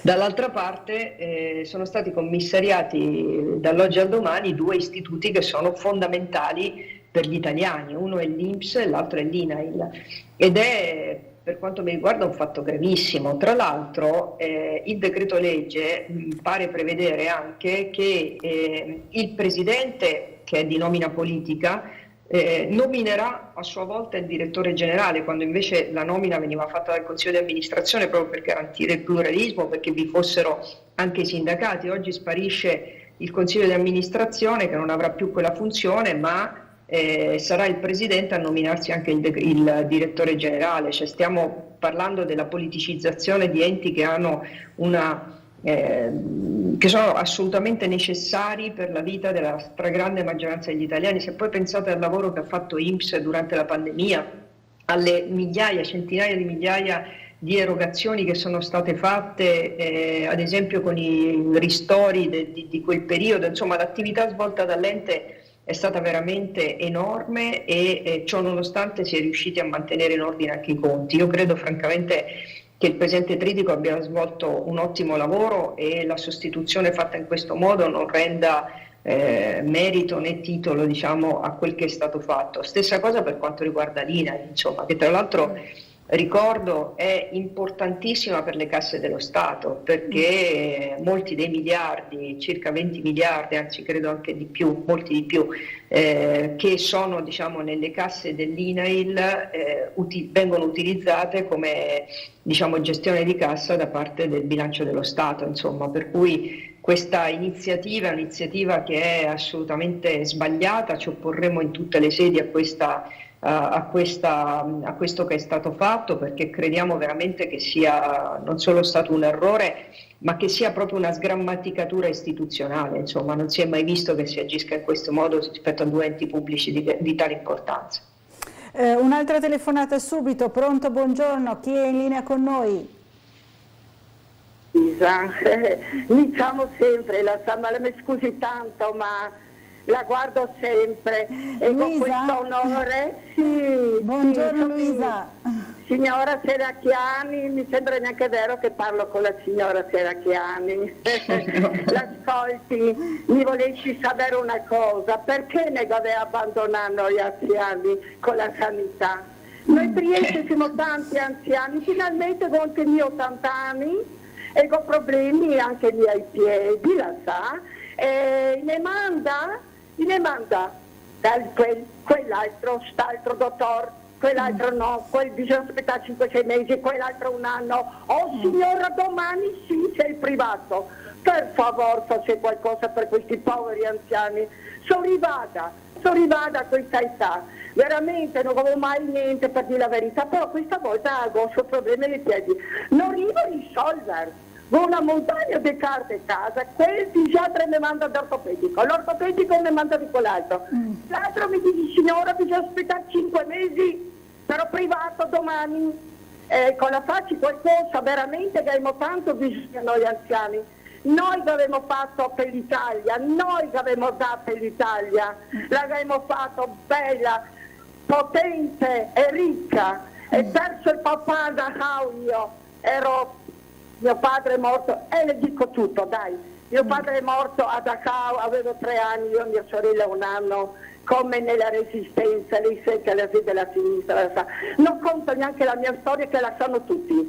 Ecco, faccia qualcosa per la sanità, per favore, la prego, per noi vecchietti di Trieste. La ringrazio tanto, buongiorno signora Serracchiani. Grazie Luisa, buona giornata, un abbraccio, sempre così molto, molto attenta alla signora Luisa ai temi dell'attualità, ma poi ricorda anche la sua storia e fa sempre venire i brividi, anche se la conosciamo bene, insomma ce l'ha raccontata più volte, l'abbiamo conosciuta anche in Risiera alle celebrazioni appunto del 25 aprile, tante volte insomma abbiamo avuto modo di parlare direttamente con lei della storia di suo papà. La ringraziamo insomma per portarci anche questa testimonianza ancora una volta, e chiede la sanità, no? La sanità per gli anziani, ne parlavamo prima, liste d'attesa, i problemi con cui si trovano così ad avere a che fare tutti i giorni, non soltanto gli anziani, ma in modo particolare, no? Nelle fasce fragili viene sentito maggiormente questo problema. Ma intanto un abbraccio anche da parte mia a Luisa, perché è davvero una storia drammatica e ricordarla ci serve anche a ricordare purtroppo ciò che è stato, ed è importante insomma che lo ricordiamo a tutti, e questo programma in questo senso può essere anche utile perché non si dimentichino certi passaggi così drammatici della nostra storia. Ma sulla sanità credo che abbiamo già detto, insomma noi come Partito Democratico a Trieste in particolare abbiamo partecipato a tante iniziative per la sanità pubblica, perché appunto riteniamo che la sanità pubblica sia non solo prevista nella nostra Costituzione, ma che sia una garanzia importante rispetto alla possibilità che in questo Paese tutti possano avere un sistema sanitario universale a cui rivolgersi nel momento del bisogno. Non mi occupo ormai da diversi anni della sanità del Friuli Venezia Giulia, non posso però nascondere una certa preoccupazione per quel che ho visto negli ultimi anni. Insomma, quando ho governato io c'erano decisamente molto meno risorse. La scorsa amministrazione regionale ha potuto godere di molte risorse, sicuramente ha affrontato anche periodi difficili come quelli della pandemia, Io credo che sulla sanità non siano stati fatti gli investimenti necessari, insomma, nel personale, nei concorsi che ricordavamo, anche nelle strutture. E purtroppo oggi arriviamo a nodi che sono i nodi che ricordava anche Luisa, cioè il fatto di non riuscire ad avere delle risposte, ad avere lunghe attese. Ecco, a me quello che preoccupa è che ci si potrà curare soltanto se si avranno i soldi per potersi permettere le cure e le prestazioni. Già oggi tanti italiani, anche tanti triestini, non si curano perché non hanno la possibilità economica di farlo. Ecco, questo credo che debba essere l'impegno di noi tutti, di evitare che questo accada. Devo dire che ho avuto anche delle esperienze dirette rispetto ad altri paesi e assolutamente non voglio che si arrivi a quello, cioè non voglio che si arrivi a smontare quello che nel 1978 è stata una grande conquista, cioè il Servizio Sanitario Nazionale, che ricordo noi in Friuli Venezia Giulia esercitiamo come regione al 100%, quindi noi abbiamo il nostro sistema sanitario regionale che non solo va protetto, ma su cui ormai sono necessari degli importanti investimenti. Mi faccio aggiungere che su Trieste ho due preoccupazioni, in particolare. La prima riguarda il disagio mentale. Negli anni scorsi si sono chiusi i centri diurni di salute mentale e in qualche modo si è messa da parte quella che per Trieste è stata una grandissima storia e un grandissimo punto di civiltà. Mi riferisco non soltanto al lavoro fatto da Basaglia, ma a tutto il lavoro fatto negli anni che ci ha portato ad esempio ad avere le micro aree, ad avere un'attenzione di cura particolare sulla salute mentale, che oggi è purtroppo anche dopo la pandemia uno dei temi su cui ci stiamo confrontando di più.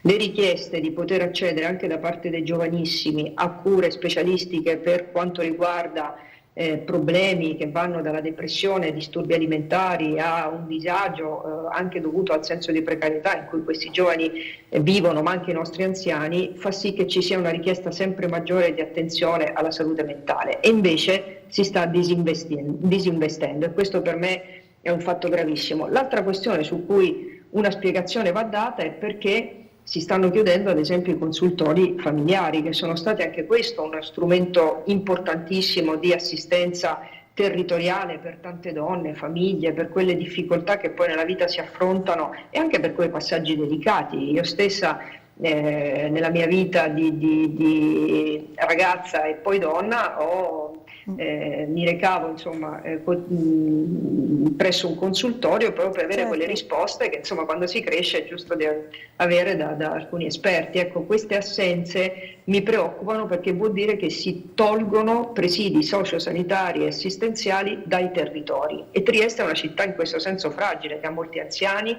che ha bisogno di avere attenzione alle marginalità. Ci sono luoghi della città su cui bisogna mettere la massima attenzione e però temo francamente che non si stia andando nella direzione giusta.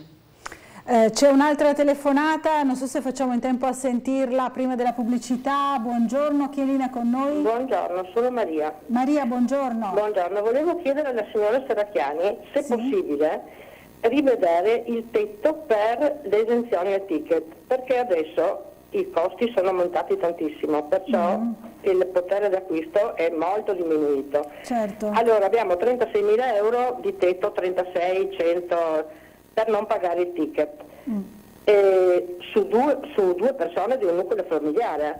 La stessa cifra vale per una persona sola, perciò se un ragazzo o una persona guadagna 36.000 è esonerato dal ticket. La stessa cosa è la stessa cifra per due persone, che oggi come oggi 36.000 euro, quel minimo di pensione che è stata aumentata, va a superare questo tetto e in due, che di solito sono sempre due persone anziane, devono pagare per tutte le cure necessarie che si ha bisogno, perciò devono pagare il ticket.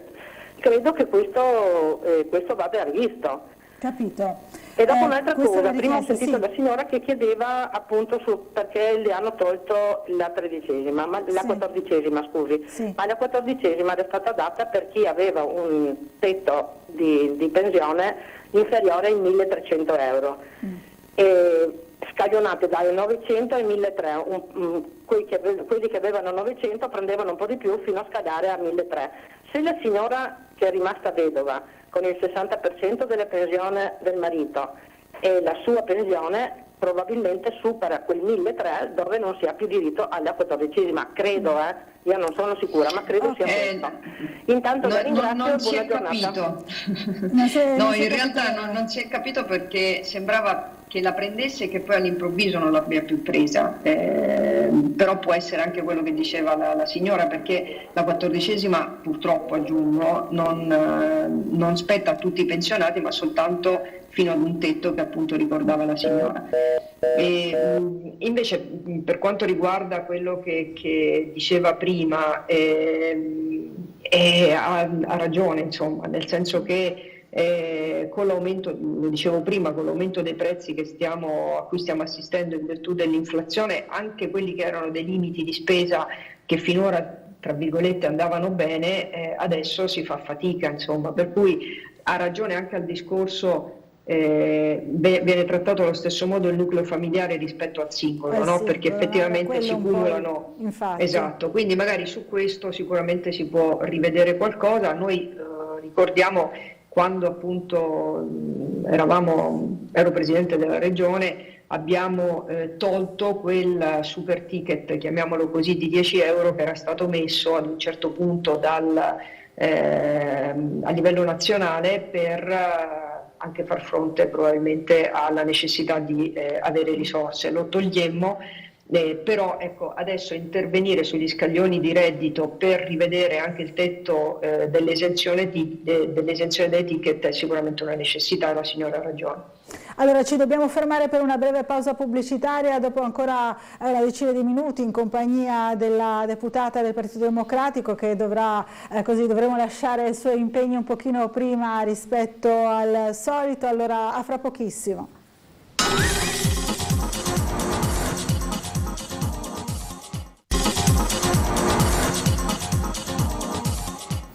Rieccoci in diretta, ancora in collegamento con Deborah Serracchiani. Abbiamo già una telefonata in attesa, la sentiamo subito, altrimenti poi i telespettatori ci dicono che li facciamo aspettare troppo. Allora, pronto, buongiorno, chi è in linea con noi?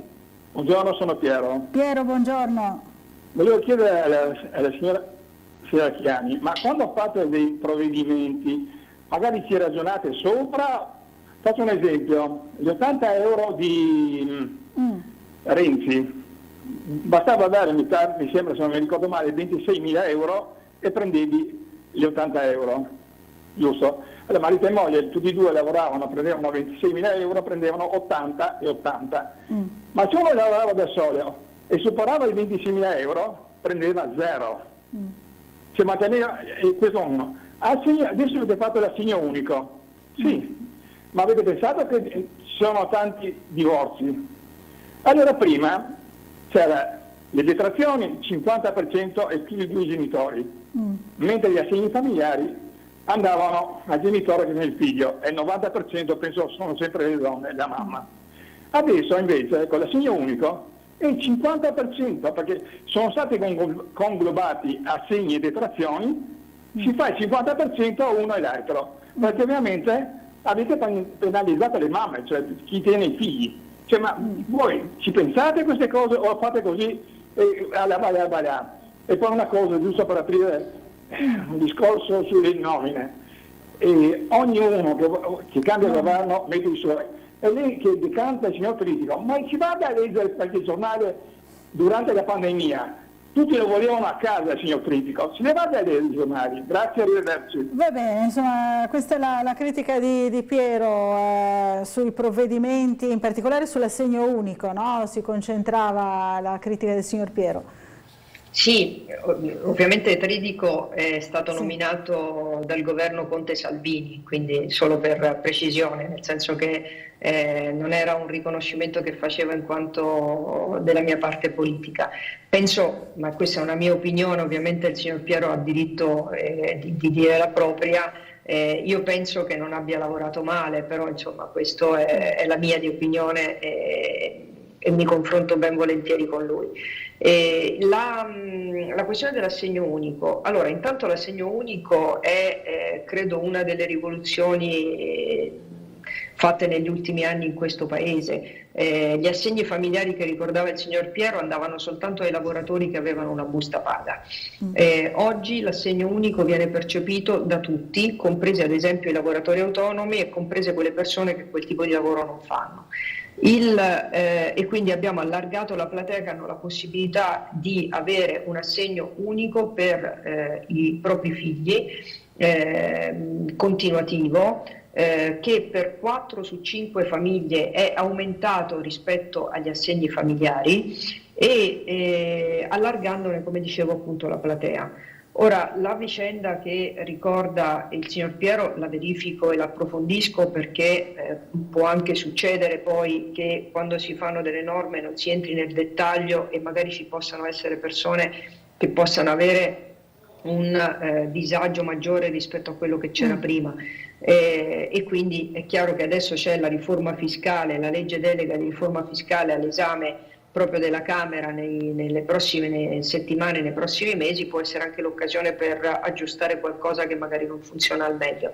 Però io continuo a pensare che l'assegno unico sia stata veramente una scelta importante, che ha migliorato in qualche modo la possibilità per tutte le famiglie, peraltro, quindi la platea è larghissima, c'è un tetto di reddito, ovviamente aumentano i soldi mano a mano che diminuisce, tra virgolette, il reddito, certo. Per cui le famiglie che hanno un reddito più basso prendono una somma in proporzione più elevata rispetto alle famiglie che hanno redditi più elevati, ma è un riconoscimento che viene dato loro per in qualche modo di aiuto alle famiglie che hanno figli, e aiuto alle famiglie che hanno figli è oggettivamente un principio importante se vogliamo peraltro aiutare le famiglie a fare figli. Insomma, questo è un tema delicato e sul quale c'è un impegno anche di questo governo sulla cosiddetta appunto di lotta alla cosiddetta denatalità. Rispetto alle famiglie di divorziati o separati farò sicuramente un approfondimento. Resto dell'idea però che l'assegno unico abbia notevolmente migliorato le condizioni di vita delle famiglie italiane.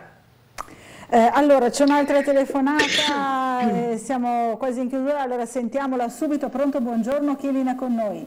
Buongiorno, volevo chiedere alla signora Serracchiani come mai, se sono un ospite in pensione e ho lavorato nel psichiatrico, perché come mai quasi tutti i farmaci psichiatrici non sono dati gratuitamente alle persone che hanno bisogno.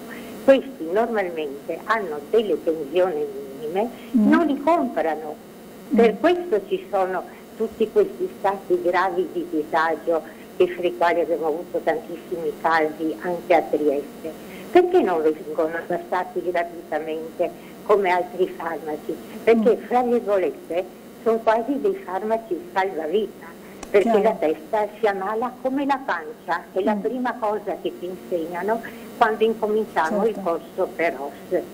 Buona giornata a tutti e due. Grazie a lei signora, buona giornata. La signora insomma, che del mestiere dice come mai non vengono dati gratuitamente, no, questi farmaci a chi ne ha bisogno, ma invece si devono pagare, ma nel caso appunto della povertà di cui parlavamo prima o anche della situazione magari di difficoltà anche temporanea, queste persone magari poi non comprano, non prendono questi farmaci. Sì, questo è il tema dei farmaci, è ulteriore rispetto a quello che ricordavamo, ma sta sempre dentro a quella logica, la signora lo ricordava bene. Ovviamente quando parliamo di quel tipo di farmaci ci vuole la prescrizione medica, c'è chiaro, insomma stiamo parlando di farmaci che non sono da banco, che possono essere presi diciamo senza appunto un'attenzione da parte del medico. Però il fatto che ci siano dei medicinali che sono anche importanti e che possono in qualche modo aiutare in questi passaggi, ripeto, sotto l'attenzione di un medico, e che quindi possano, tra virgolette, costare, non tra virgolette, che possano costare e incidere pesantemente sul bilancio di una famiglia, è un dato di fatto. Accade purtroppo anche per altri farmaci che non riguardano magari la salute della testa ma della pancia, come diceva la signora. Su questo dei farmaci va fatta un'attenzione in più. Io aggiungo un altro aspetto. Per una serie di motivi legati anche a quello che è successo negli ultimi anni, ci sono dei farmaci anche molto importanti che oggi per esempio non ci sono, non li troviamo. ed è questa per esempio un allarme che è stato lanciato dalle associazioni nazionali, su cui il Paese, tra virgolette, deve fare molta attenzione, perché l'assenza di questi medicinali significa che ci sono delle persone che non si stanno curando, non riescono a curarsi, o che devono farlo rivolgendosi anche all'estero e pagando di più.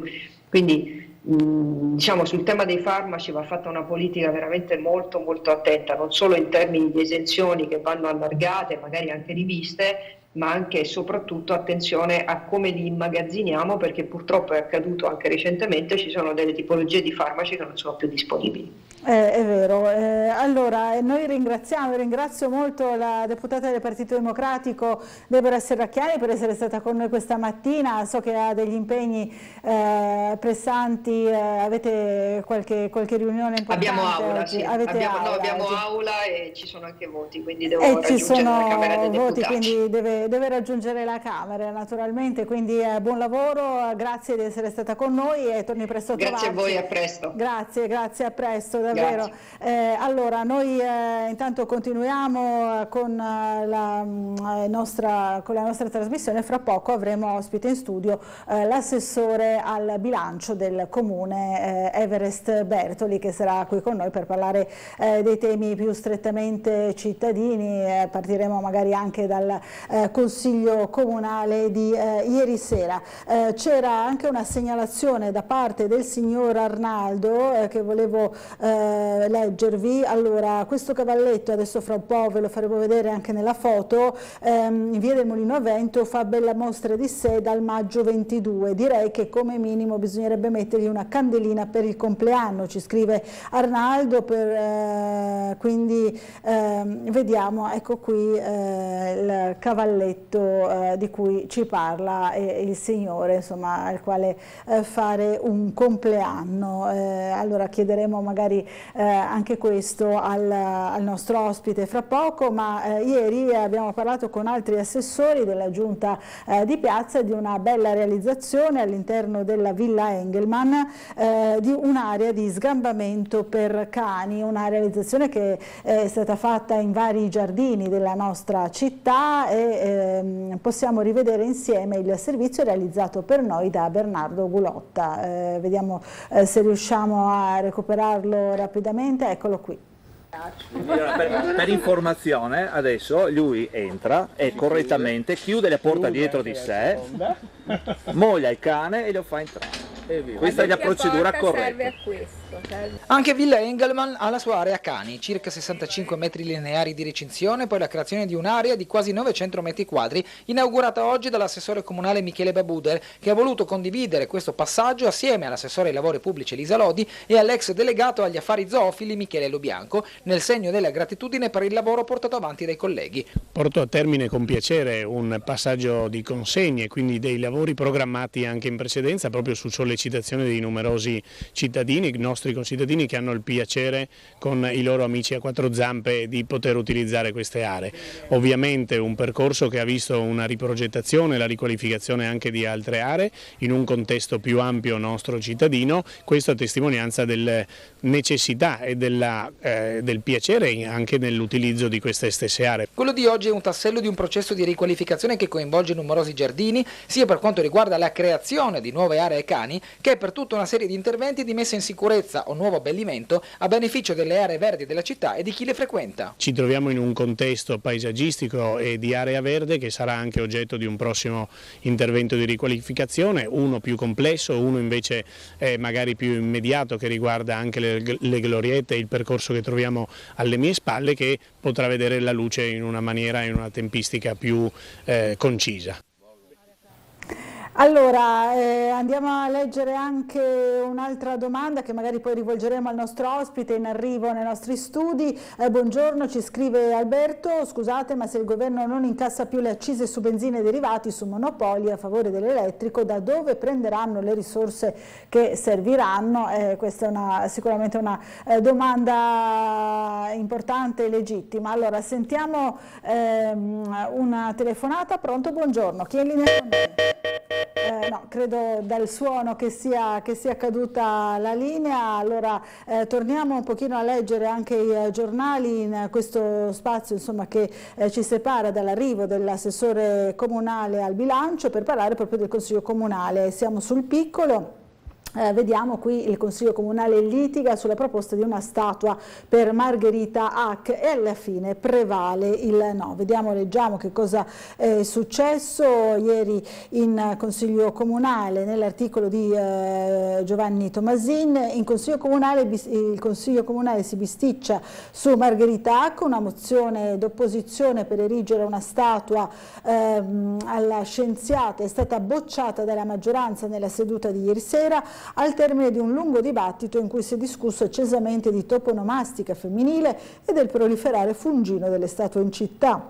La serata era dedicata al recupero delle mozioni arretrate, quella in questione risalente al centenario della nascita di Hack oltre un anno fa, era della consigliera Pucci del PD, che chiede di realizzare una statua alla sua memoria. La consigliera leghista e presidente di commissione Declic è intervenuta ricordando che è già passata una delibera giuntale per intitolare l'istituto comprensivo di via Commerciale, motivando così la propria contrarietà. Sul fronte del no anche la forzista Angela Brandi, avversa allo statuificio più che ad Hack, figura da celebrare, ha detto. Però a Trieste ultimamente mi sembra che non si faccia altro che erigere statue a chiunque. Queste le parole dell'ex assessore Brandi. Curioso che a fare la proposta sia il PD, ha concluso, visto che Hack ha corso con vari simboli della sinistra ma mai con voi. Il punto sono i meriti scientifici, ha ribattuto Giulia Massolino di Adesso Trieste. Svevo ha sia una scuola che una statua, ha proseguito, quindi non è una contraddizione. Ha poi ricordato che la toponomastica femminile è estremamente importante per creare un ruolo positivo per la donna tra le giovani generazioni. Insomma, così si è sviluppato il dibattito, che alla fine ha visto prevalere il no a una nuova statua dedicata a Margherita Hack. Allora, abbiamo un'altra telefonata. Pronto, buongiorno, chi è in linea con noi? Nino qua. Nino, buongiorno. Buongiorno, un saluto Nino. all'onorevole, un saluto a lei. Buongiorno. Ho sentito parlare di sanità tutta la mattina. Sì, ne abbiamo parlato molto, è vero. Esatto, però devo ricordare che questo governo è in carica 8 mesi, gli altri, non dico mesi, ma gli altri anni c'era un altro partito che comandava. Allora, le pensioni erano uguali, la sanità ha peggiorato, la Serracchiani aveva detto che addirittura, o è stato detto, che non bisogna prendere medici a ticket, ma bisogna incrementare l'accesso dei nostri studenti che fanno medicina, e mi sembra una facoltà più numerosa, no? A fare il lavoro nei pronti soccorsi. La signora Serracchiani nel suo mandato, nel precedente, prima di Fedriga, aveva anche aumentato il ticket. Se non nessuno si ricorda, ma quello lì è ancora rimasto. Non so perché, perché bisogna fare così. Anche il signor Riccardi lo ha lasciato, quindi non è che sia stato tolto. Allora dico, nessuno vuole fare, ma tutti vogliono criticare, e loro sono stati quelli fautori per i diversi anni che hanno manipolato o lavorato sulla sanità e su tutto il corpo. Parlava di pensioni, le pensioni sono rimaste inalterate, e lei non ha ricordato che una persona disabile, no, invalida, prendeva 260 euro. Parliamo del reddito di cittadinanza. Quando un affitto minimo che lei può pagare è 350-400 euro al mese, come uno può fare? Quindi praticamente, detto da un partito teoricamente di sinistra che tiene per il popolo, mi sembra un po' così vago. E purtroppo ormai andiamo avanti così, perché loro diranno sempre questo non hanno fatto, questo non devo fare. Diciamo che comunque l'Italia è in Triestino, a Remengo, quindi bisogna tirare fuori da dove si può tutto. Capito. Eccolo. Capito, mi dispiace che non ci sia la signora Serracchiani che purtroppo aveva un impegno alla Camera. Comunque le riporteremo questa sua critica, poi sta un po' nel gioco delle parti, no, tra opposizioni e chi governa o chi ha la responsabilità di governo. Sì, prego. Il problema della Wärtsilä, no? Sì. È il problema non solo della Wärtsilä qui a Trieste, sì, perché varie fabbriche hanno chiuso, giusto? Ma i sindacati prima dove erano? Perché si doveva assaporare che qualcosa non funzionasse. Diciamo, vivono tutti alla giornata, senza pensare, adesso danno la colpa al governo. Più programmazione, insomma, più visione a lungo termine, dice lei. Io non ho visto i sindacati in piazza un anno fa a fare contestazioni contro questo, quell'altro, quel terzo, i lavoratori, le buste paga. No, non li ho visti, adesso li vedo guarda caso, perché c'è un partito di destra che comanda. Mi dispiace, ma dovevano svegliarsi prima, loro non sono politici. Quindi non devono stare con il suo discorso. Arrivederla, buongiorno. Grazie Nino, buona giornata a lei. Allora, intanto scorrendo i giornali abbiamo visto anche la notizia, vi abbiamo già dato, che era proprio in apertura della cronaca triestina, di questo nuovo strumento, insomma, umanoide in qualche modo, che aiuta proprio gli studenti di medicina, gli studenti delle professioni legate appunto alla sanità a studiare, a imparare, ed è un robot umanizzato che addirittura parla, suda, insomma è molto verosimile come possibile paziente di questi aspiranti medici o infermieri o altre professioni, insomma, legate alla sanità. Allora rivediamo insieme il nostro servizio.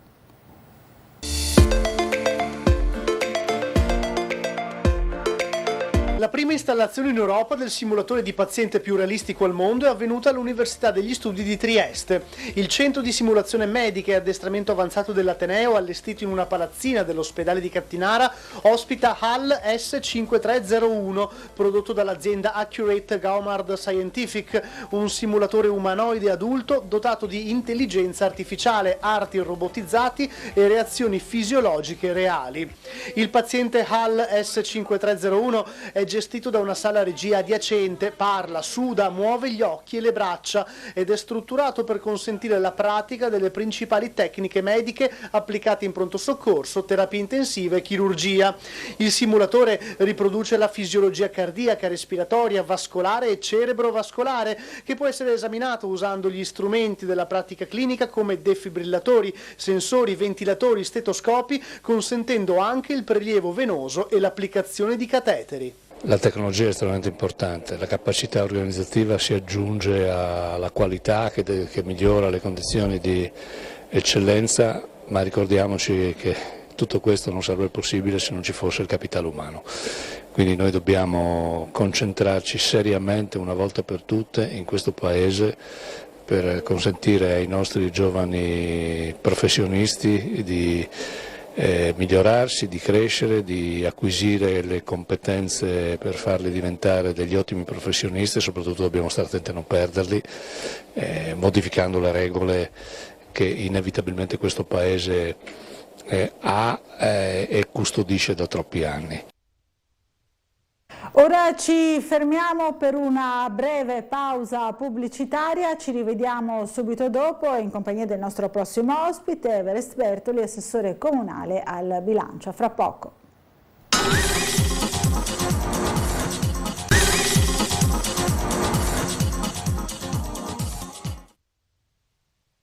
Bentornati a Sveglia Trieste. Allora diamo subito il buongiorno all'assessore comunale al bilancio Everest Bertoli, grazie di essere qui. Buongiorno a tutti e grazie per l'invito.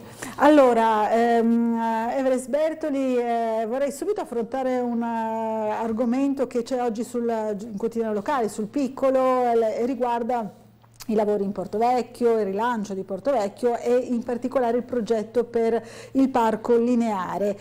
Il titolo di oggi, non so se possiamo farlo rivedere, prima non l'abbiamo fatto in tempo nella rassegna stampa ad approfondire molto la notizia, però l'abbiamo letta: controlli antimafia, frena il parco lineare. Una delle società coinvolte nel maxi appalto da 23 milioni del bosco urbano non ha passato le verifiche, incognita sui tempi. Questo sarebbe, allora volevo chiederle di precisare meglio, insomma, questa notizia, che sarebbe preoccupante. Infatti il progetto dell'architetto Femia è legato ai fondi, alle scadenze, no? Anche del PNRR, ne abbiamo parlato più volte, sappiamo che Trieste, insomma, non è messa malissimo da questo punto di vista, anzi è una dei primi comuni per quanto riguarda la capacità di spesa del PNRR, ma questa notizia sta allarmando un pochino. Allora spieghiamo un po' ai cittadini che cosa succede. Beh sì, spieghiamo, anche perché poi magari è giusto dare non solo le notizie, ma darle anche in modo puntuale e preciso. Allora spieghiamo che questo riguarda il famoso intervento di il bosco lineare, 3 km di bosco che nasceranno tra la seconda e la terza fila dei magazzini. Non è una gara fatta dal comune di Trieste, ma dallo Stato, dal Invimit, e quindi noi abbiamo aderito a questo accordo quadro che avrebbe accorciato e ha accorciato di molto le tempistiche. Una gara fatta non solo per il comune di Trieste, ma per tutta l'Italia, divisa per zone. Stamattina alle 5:47 è arrivata via PEC una comunicazione che, tra l'altro, così giusto a livello di puro gossip, insomma, pur riguardando il comune di Trieste, era indirizzata al comune di Torino, e quindi i gentili colleghi ce l'hanno. C'è stato un disguido. C'è stato un disguido così, insomma, del Ministero, ma in sostanza non è nulla di preoccupante. Una delle società in subappalto, adesso non vado senza dire il nome, una società in subappalto del raggruppamento del CNS che ha vinto il lotto del nord-est e del nord Italia, in sostanza non ha superato il test antimafia segnalato dalla prefettura di Foggia, e con la stessa lettera, con la stessa comunicazione che ci ha mandato stamattina Invimit, ha già avviato l'iter per la sostituzione della ditta che non ha superato questo test, e ci dicono, insomma, che di attendere un attimo, di non cominciare i lavori, perché appunto siamo pronti, di attendere questa sostituzione che avverrà in tempi rapidi, ci auguriamo, in sostanza.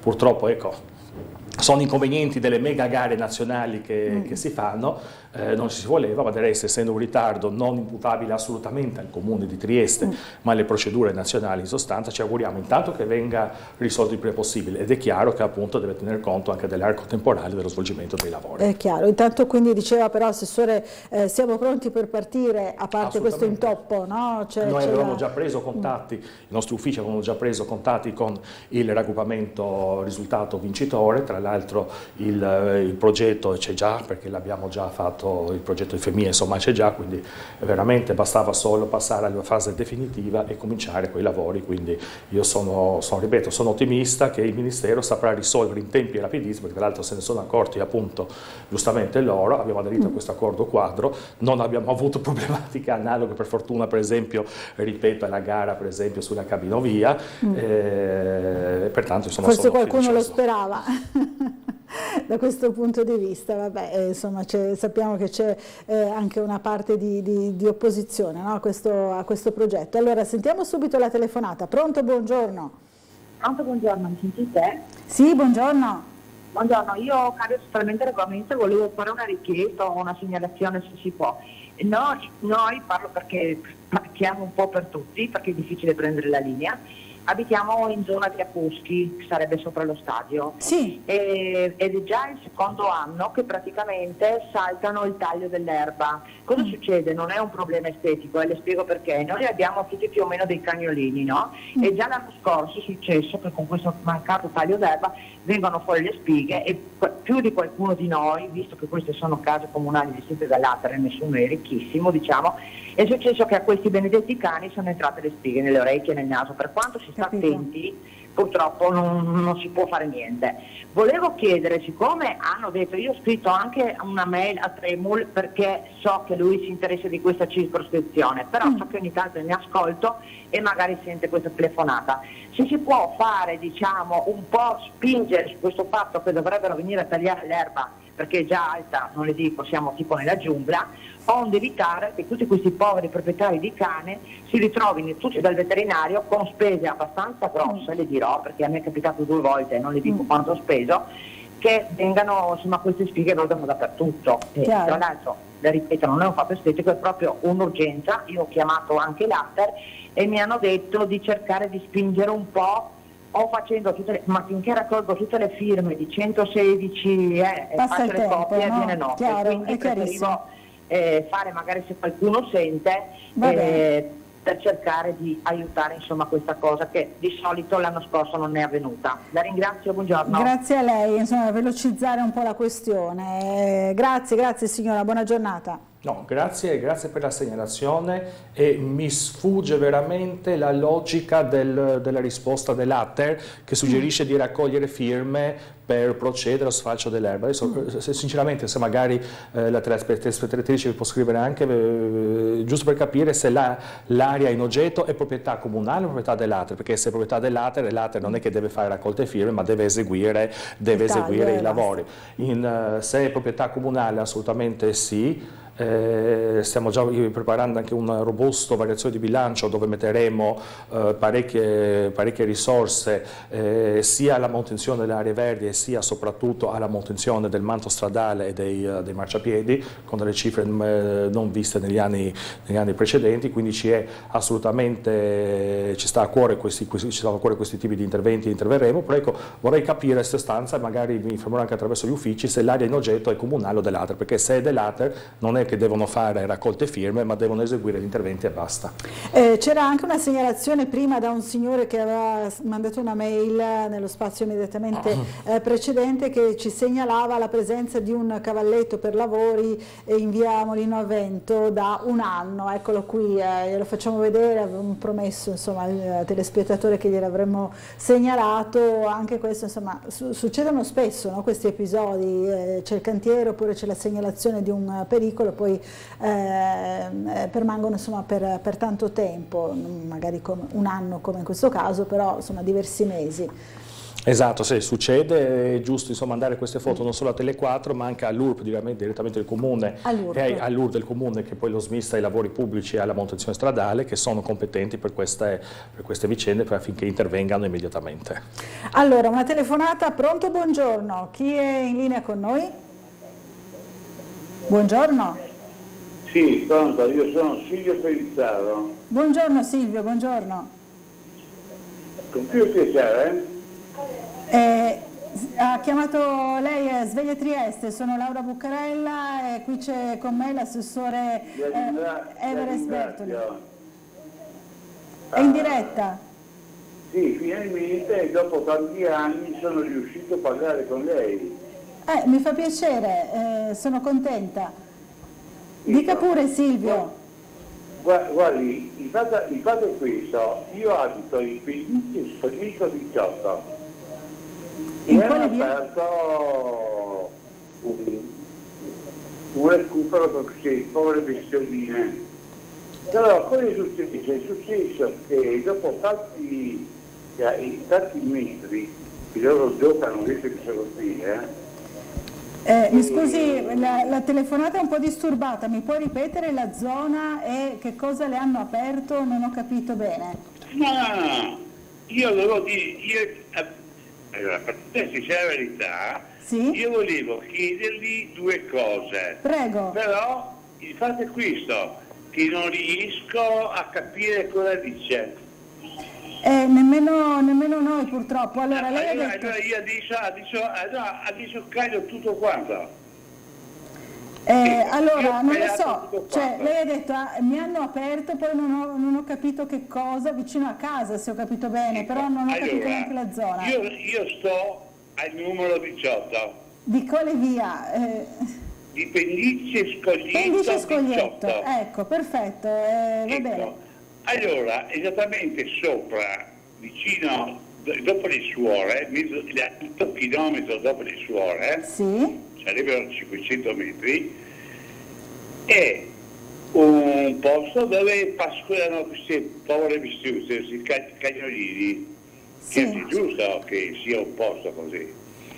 Però gli danno da bere acqua, loro corrono su e giù per questo spazio e poi le signore o i signori portano queste bestiuste a casa di nuovo e come corrono e si sbattono fanno i bisogni per strada. Ma questi signori non hanno un po' di coscienza per tirare su le sue cose. Capito il problema? Per il semplice motivo in città. È vicino a un asilo. È vicino a un asilo e una scuola delle suore. E questi bambini montano sopra e più di qualcuno ho visto scivolare. Però queste mamme non vedono mai, lo so. Ecco. Capito Silvio, grazie della segnalazione. Ma gli volevo chiedere una cosa, perché prima mi è caduta la linea. Ho capito. Io ero su all'ortopedica e non mi hanno potuto fare un'operazione su un braccio per il semplice motivo che sono ammalato di cuore, si sono accorti che sono ammalato di cuore. L'altra notte avevo tanti dolori e sono andato in una farmacia, gli davo 50 euro di cauzione se perché mi dava una pastiglia per mettere sotto la lingua per vedere se mi passa il dolore, no? E io dico, ma io non posso, cosa vuole vedere in prigione? No, se in caso mi dava una pillola, io il giorno ti portavo le accanto dalla dottoressa. Ho capito, però non gliel'hanno data, ma ci vuole la ricetta per certe medicine. Grazie intanto Silvio per la segnalazione. Noi dobbiamo purtroppo fermarci per una brevissima pausa pubblicitaria e l'assessore tenterà di darle una risposta in particolare insomma, su questa apertura, credo area sgambamento di cani in quella zona, non ho capito benissimo, vabbè, il fenomeno insomma, della maleducazione è diffuso, no? Un po' in tutta la città. Purtroppo ci vorrebbe un pochino più di educazione per evitare certi fenomeni. Allora dobbiamo fermarci per un po' di pubblicità, fra pochissimo.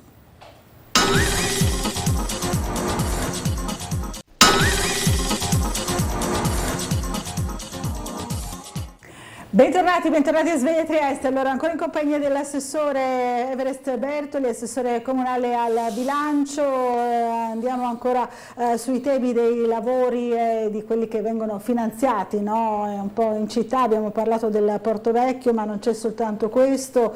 Quali sono gli interventi che stanno impegnando maggiormente, al di là di quello che è poi il PNRR, no? Il Comune? Ma gli interventi che stanno impegnando maggiormente, come visto, sono l'ultimazione, anche se insomma, inutile dirlo, ma l'ultimazione dei lavori della galleria di Piazza Foraggi sicuramente, e poi, come ho già detto, serve un robusto intervento per quanto riguarda la manutenzione del manto stradale, dalle strade, il marciapiede, ma anche la cura del verde. Quindi su questo che vi state particolarmente concentrando? Per la prossima variazione di bilancio assolutamente sì, perché è giusto realizzare le grandi opere. La cabinovia aspetta solo l'inizio dei lavori, come dicevo, entro il 30 di giugno dobbiamo bandire la gara per quanto riguarda il viale monumentale, che è l'altro viale in Porto Vecchio tra il primo e la seconda fila dei magazzini, che è una gara invece, una progettazione che abbiamo fatto in casa, è una gara che facciamo in casa. Non è quello di cui parlavamo prima, no? Chiariamo bene perché sono due. In quella zona c'è un po' di tutto, no? C'è tanti progetti diversi. Non solo progetti, ma proprio lavori che stanno stanno andando avanti, perché ricordiamo nell'area del Porto Vecchio adesso sono in buon punto, ma anzi magari uno dei prossimi giorni possiamo fare anche una passeggiata insieme, i lavori del secondo lotto di infrastrutturazione e di tutto quello del manto stradale, che è venuto qualcosa di veramente, abbiamo visto 10 giorni fa col sindaco. Può essere una bella idea nei prossimi giorni fare una passeggiata proprio in diretta. Fra poco ricordo avremo anche un collegamento appunto in diretta. Quindi volentieri, così come adesso cominciano, insomma abbiamo consegnato i cantieri, cominciano i lavori del Consuegra, del magazzino Consuegra, che è quello a fianco al 26, e poi appunto ci sono questi 2 lotti molto importanti, quindi è un'area che nei prossimi 2 anni vedrà moltissimi cantieri. Ma quando termineremo i lavori, e l'orizzonte temporale è quello del PNRR, quando termineremo i lavori sia della parte pubblica sia poi della riqualificazione e rigenerazione urbana della parte privata, in sostanza sarà un'area straordinaria a disposizione dei triestini e non solo dei triestini. E non solo dei triestini, quindi questa è un'idea che ci piace particolarmente, allora cercheremo di organizzare una camminata o questa settimana o la prossima, facciamo proprio un po' il punto direttamente sull'uomo, perché è anche molto più facile dal punto di vista visivo far spiegare e vedere.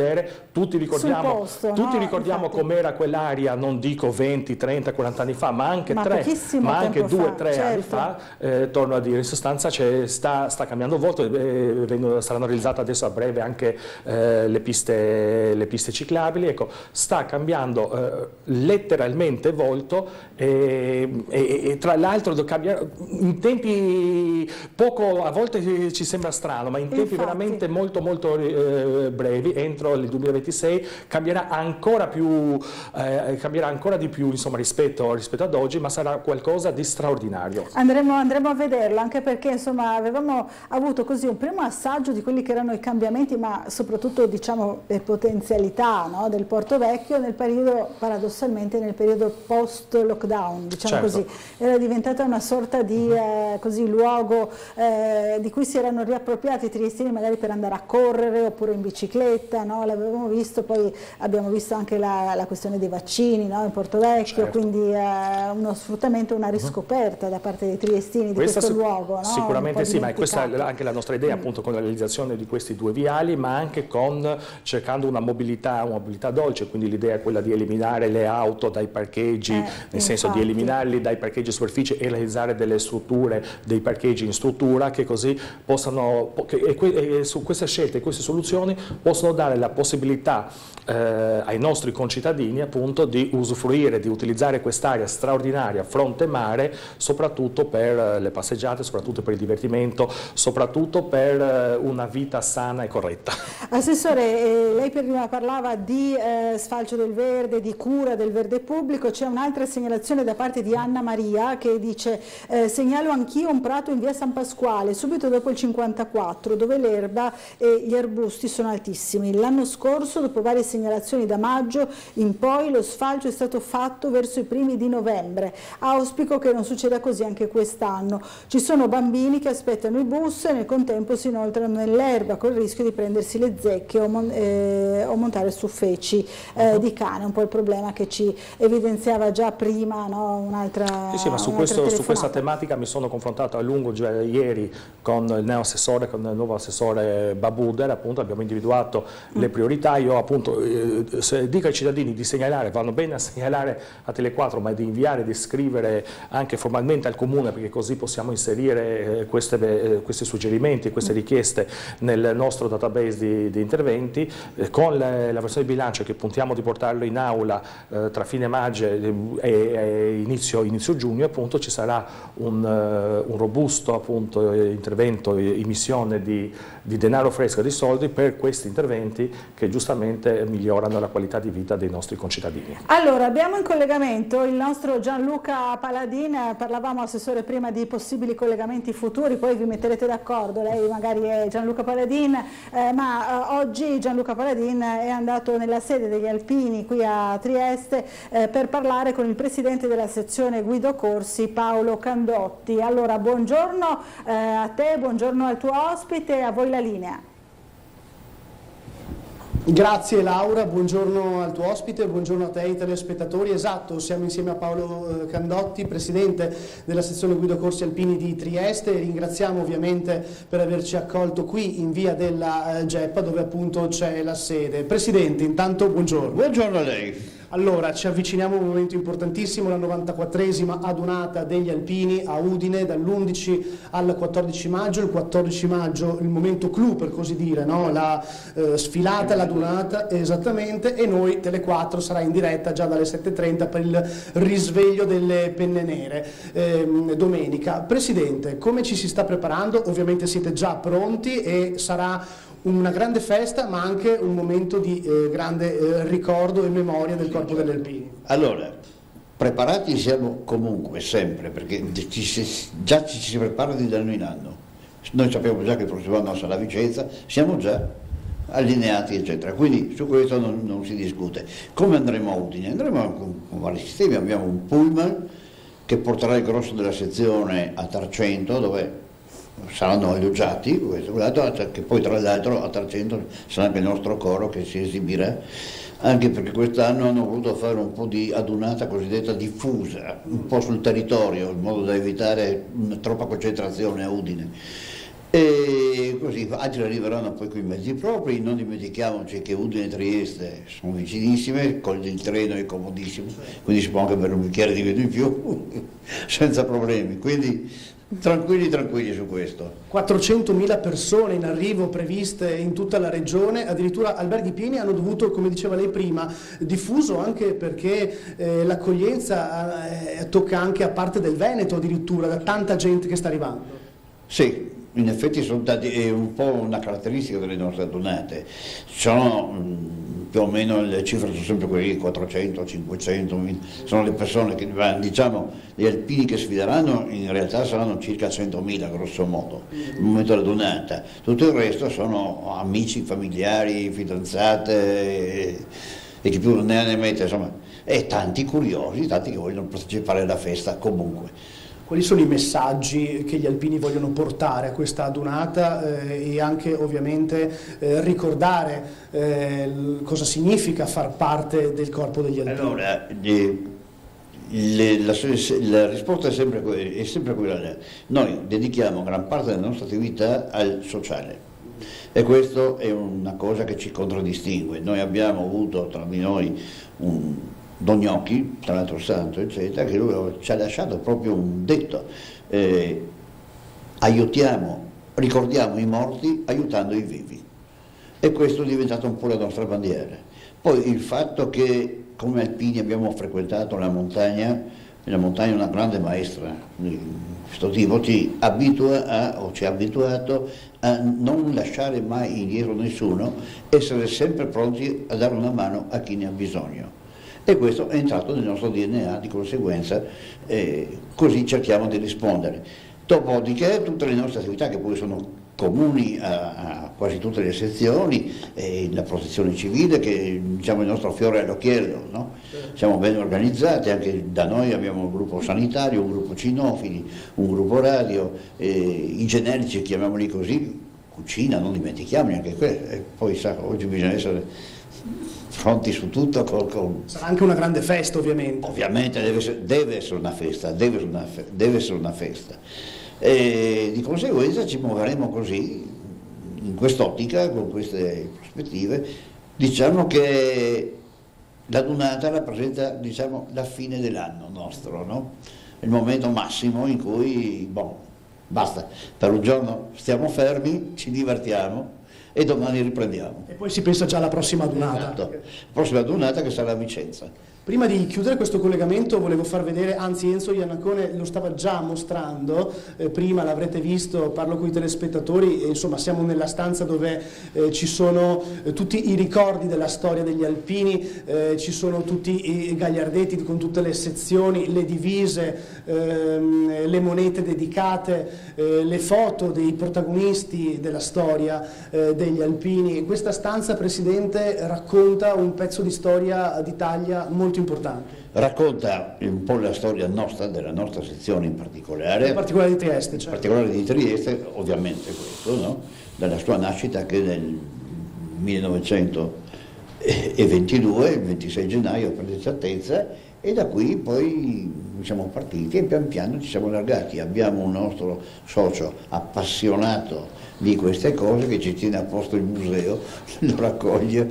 Per esempio lei si può vedere sotto, non so se è già stato inquadrato, tutta una serie di cappelli alpini che altro non sono che quelli che ci hanno lasciato le famiglie.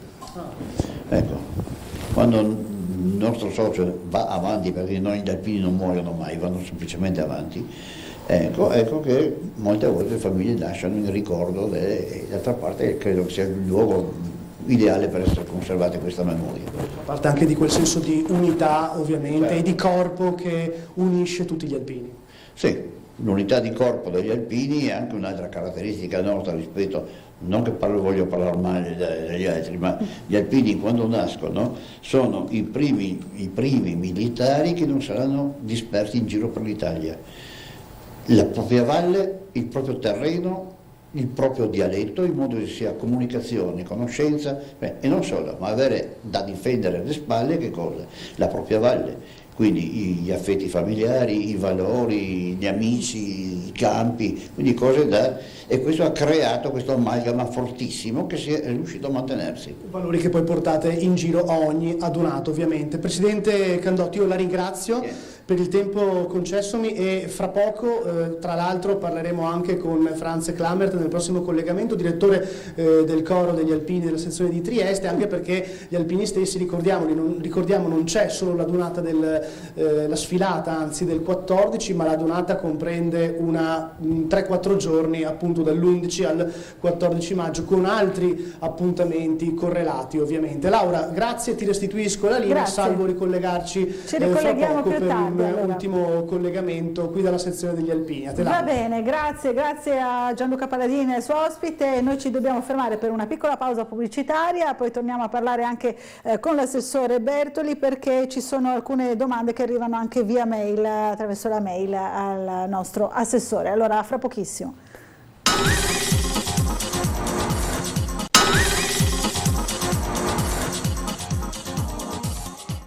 Bentornati in diretta a Sveglia Trieste. Allora, assessore Bertoli, ci sono delle domande che arrivano dai nostri telespettatori. Buongiorno, scusate, ma se il governo non incassa più le accise su benzina e derivati su monopoli a favore dell'elettrico, chiede Alberto, da dove prenderanno le risorse che serviranno? Insomma, segnalo che non sono il ministro delle finanze in sostanza, però ricordiamoci anche una cosa, che in questo paese, così come un po' tutta l'Europa, ma soprattutto in questo paese, si fa tanto a parlare di elettrico, dimenticando di come produciamo l'energia elettrica in questo paese, dove per oltre il 70 e passa per cento, se non 80%, viene prodotto da fonti fossili. Quindi non è così green in questo momento.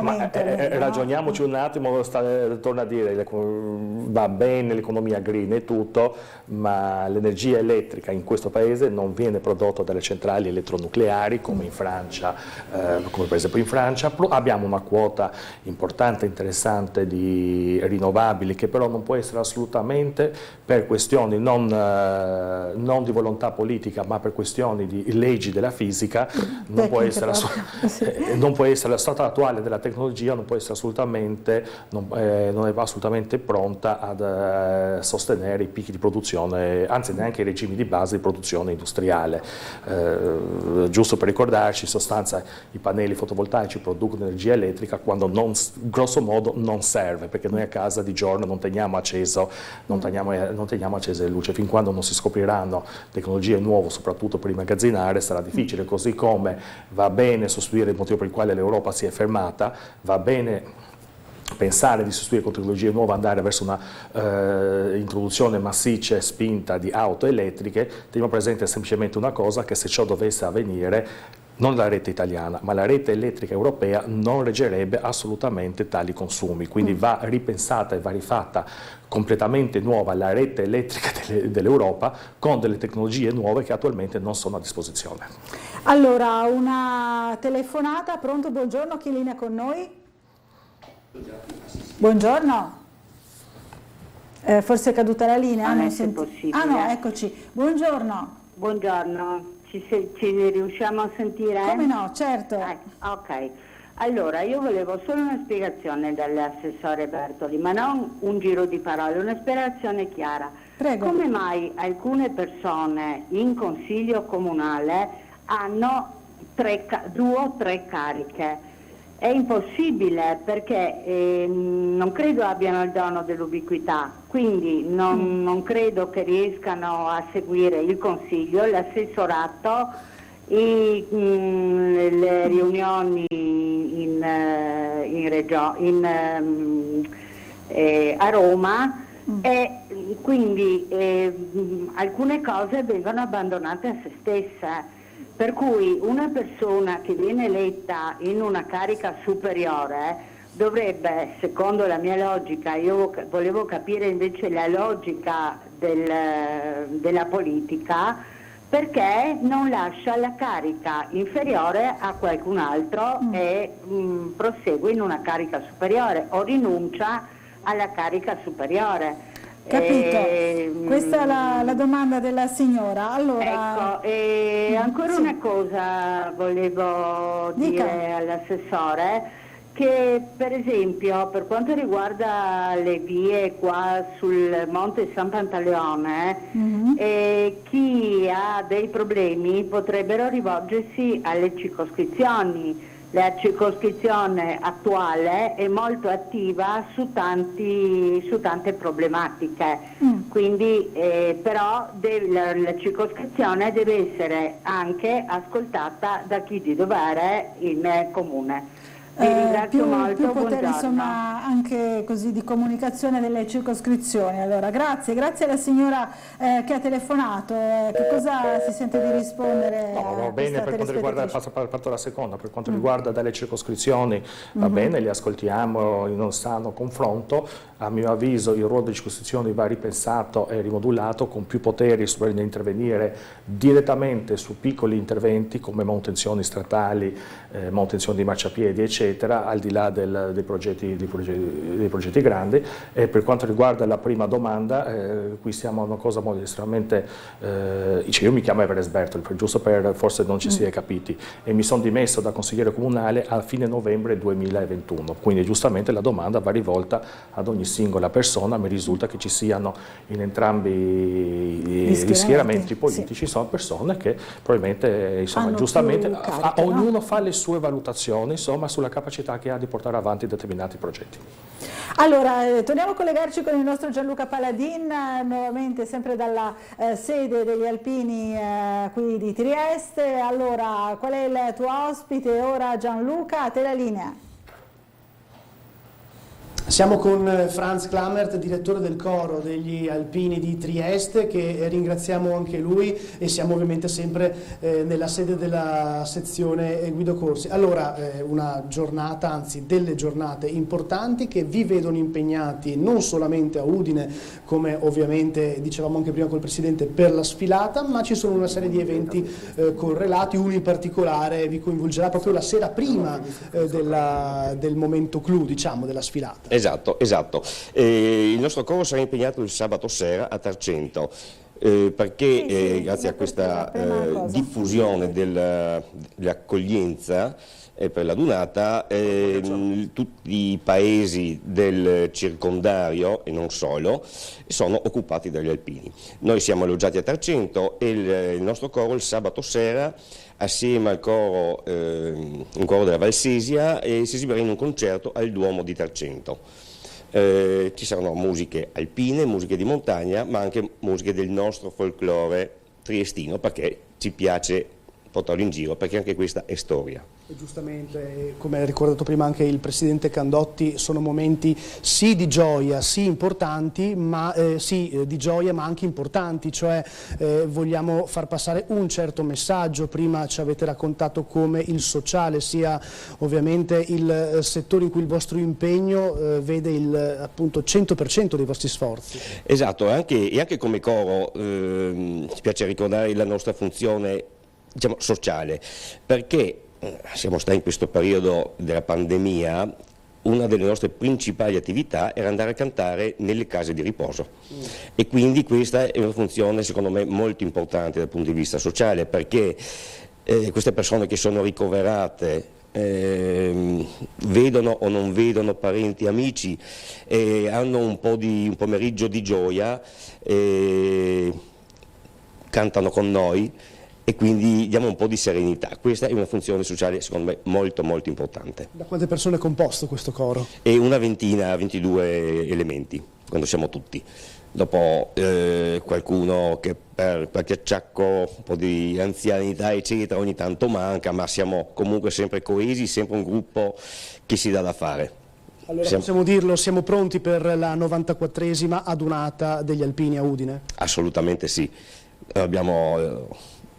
Ci siamo preparati come coro, siamo pronti come alpini per la sfilata e per tutto quanto attorno, per cui sarà da lavorare ma anche da divertirsi. Allora grazie a Franz Klammert per essere stato con noi, anzi noi siamo stati con lui, grazie per averci ospitato, grazie ovviamente anche al Presidente Candotti e cosa dire, buona adunata a tutti. Grazie, grazie e anche a voi perché anche voi avrete da lavorarci. E grazie davvero, grazie ai telespettatori, grazie a te Laura del Tempo e io dalla sezione Alpini Guido Corsi Trieste qui in via della Geppa vi saluto, vi ringrazio e con queste immagini vi salutiamo. A te Laura. Grazie Gianluca Paladin e agli alpini naturalmente ferve l'attesa, no? E tutti i preparativi per questa grande adunata di Udine, ricordiamo ancora quella di Trieste, ormai una ventina d'anni fa quasi, no?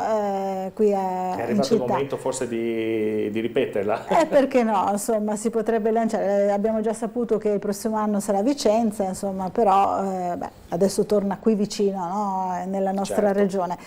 Allora, Assessore, c'era un'altra mail che volevo leggerle da parte di Gianfranco che fa una domanda proprio precisa all'assessore al bilancio. Dice: se il progetto dell'Ovovia lo portasse il PD, come la metteremmo? Essendo assessore al bilancio, non le sembra ci sia troppa carne al fuoco, lavori non completati? È una domanda insomma che ha un suo perché, no? Sono due domande in realtà, sono due domande, quindi daremo due risposte. Ha ragione. Guarda, se il progetto del cabinovia fosse stato presentato dal PD, ma in realtà ci sono tanti progetti di cabinovie presentati in giro per l'Italia anche da amministrazioni di centrosinistra, non c'è stato questo problema, anzi io guardo in modo quasi un po' più provocatorio direi che avesse costruito la cabinovia, fosse stata costruita la cabinovia ai tempi dell'impero austro-ungarico invece del tram e oggi avessimo proposto il tram, avremmo sicuramente avuto la contrarietà di questa opposizione e la contrarietà di qualche comitato che ci aveva spiegati che i tram non vanno bene, insomma,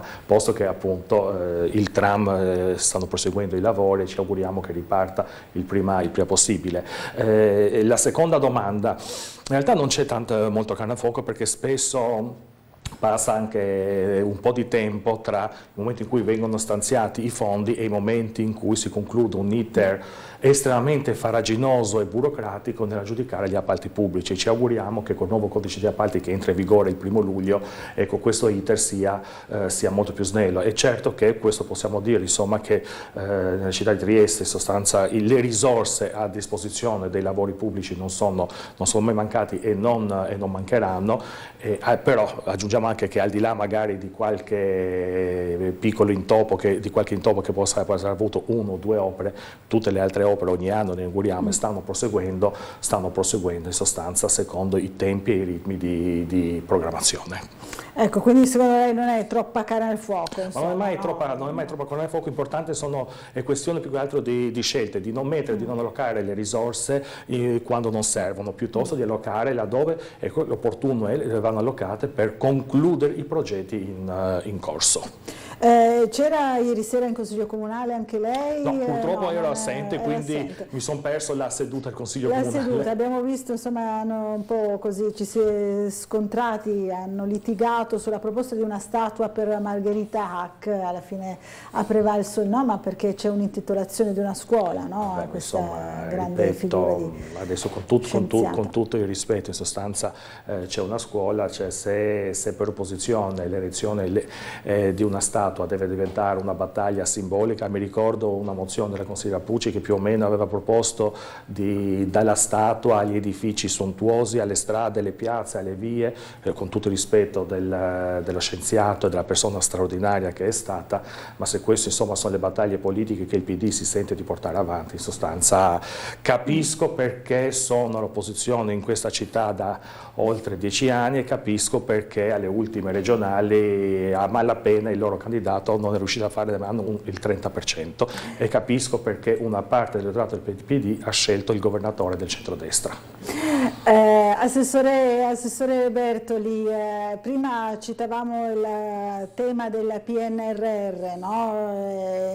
Dicevamo appunto che il Comune di Trieste comunque sta dimostrando una capacità di spesa di portare a termine poi progetti. C'è qualcosa, qualche punto che la preoccupa particolarmente in questo capitolo? Le tempistiche poste dallo Stato, le tempistiche di iter burocratici che diventano estremamente fraginosi, le tempistiche degli iter giudiziari, perché non nascondiamoci, in sostanza abbiamo commentato che ha scelto la via giudiziaria non perché crede di avere ragione, ma perché spera di ritardare, non di bloccare l'opera, ma di ritardare quello possibile per far mancare insomma i target che il governo ha fissato e tutto. E l'unica l'unica preoccupazione sarebbe, ripeto, non sarebbe una vittoria di qualcuno, sarebbe una sconfitta, ma mi auguro che il governo stesso tenga conto nel rimodulare le tempistiche anche nella trattativa che sta facendo con l'Unione Europea.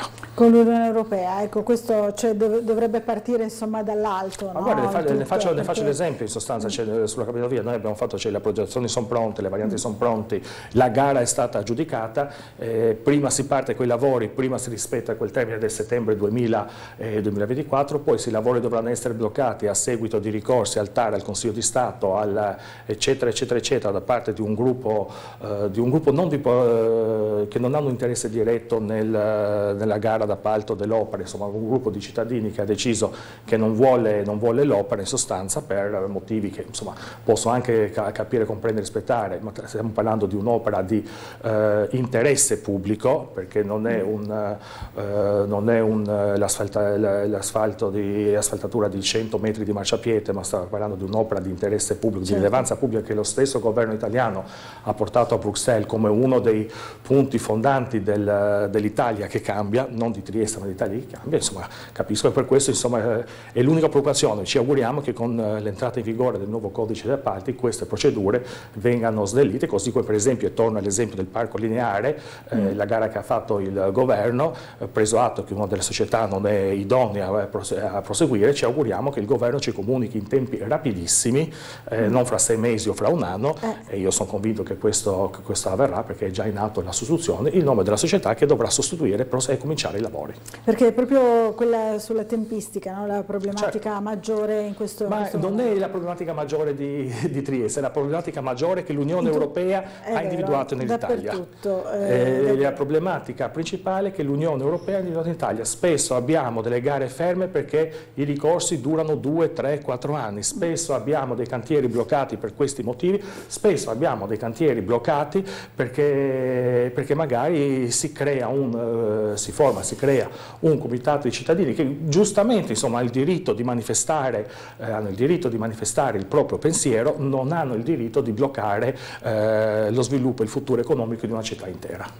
Ieri c'è stata, in realtà l'altro ieri, la problematica di via Mazzini, anche questo insomma, rientra più nelle emergenze, no? Chiaramente negli eventi che diciamo che a chi non è capitato, si augura che non accada, un tubo bucato capita anche a casa in sostanza, certo. Invece quello che è bello insomma, in sostanza è i tempi rapidissimi con quali si è mossa l'amministrazione, insomma anche la Sollevabute ma anche la CEGA stessa, per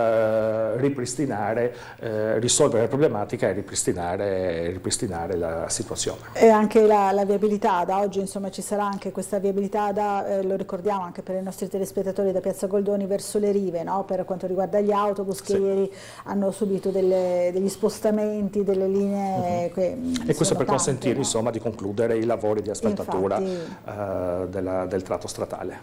Allora c'è una telefonata, la sentiamo subito. Pronto, buongiorno, chi è in linea linea con noi.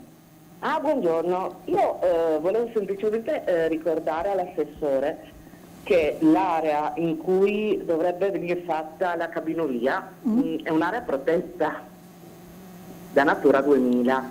Area protetta. Sì. Sì. Quindi? E mi quindi... sembra allucinante che in un'area protetta come quella venga fatta appunto passare la... E questo è uno dei motivi su cui si basa l'opposizione alla quanto. cabinovia. Quindi?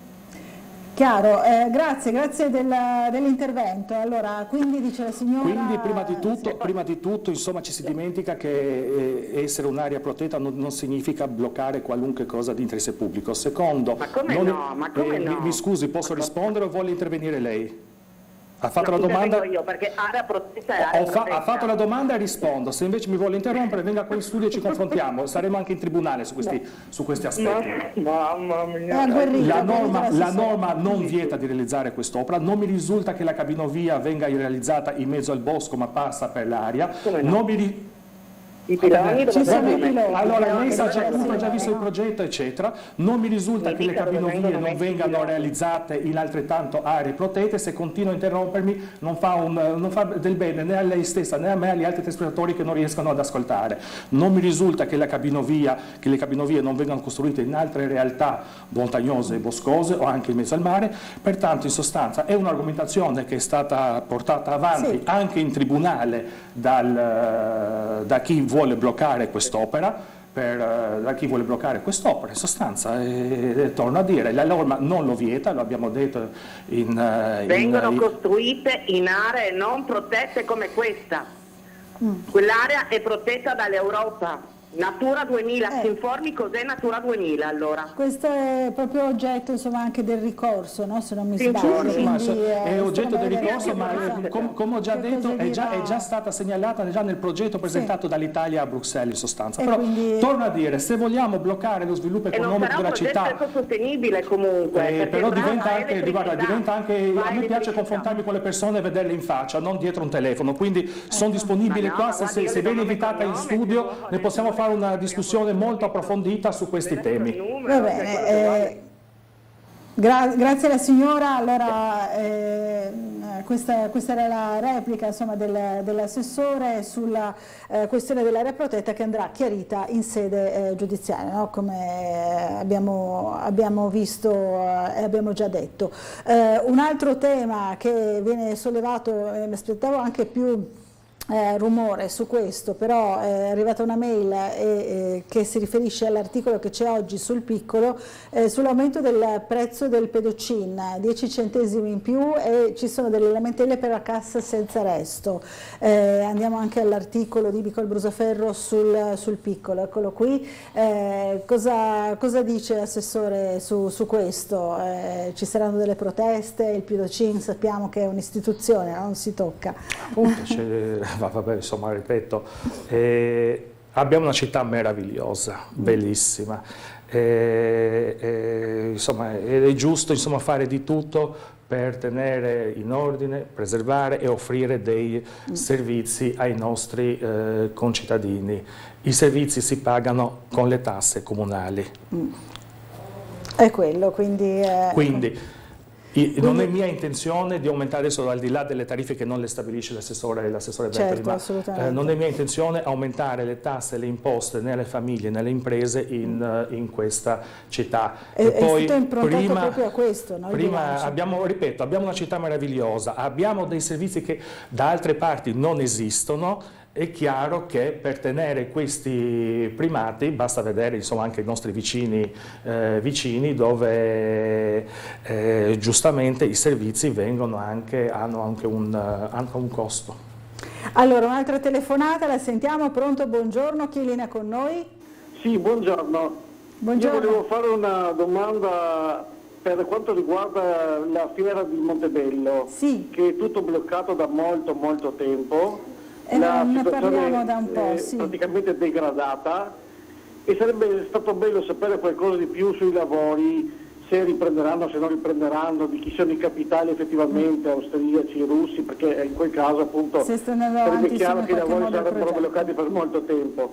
E in più, visto che se parliamo di questa zona, sarebbe stato anche bello, magari da parte del comune, pensare a tutta l'integrazione con la zona di Via Rossetti, dove si vorrebbero realizzare un polo scolastico, l'area museale di Via Cumano, insomma fare praticamente tutta una zona collegata dove poter sfruttare anche il verde che c'è e quello che si potrebbe preparare.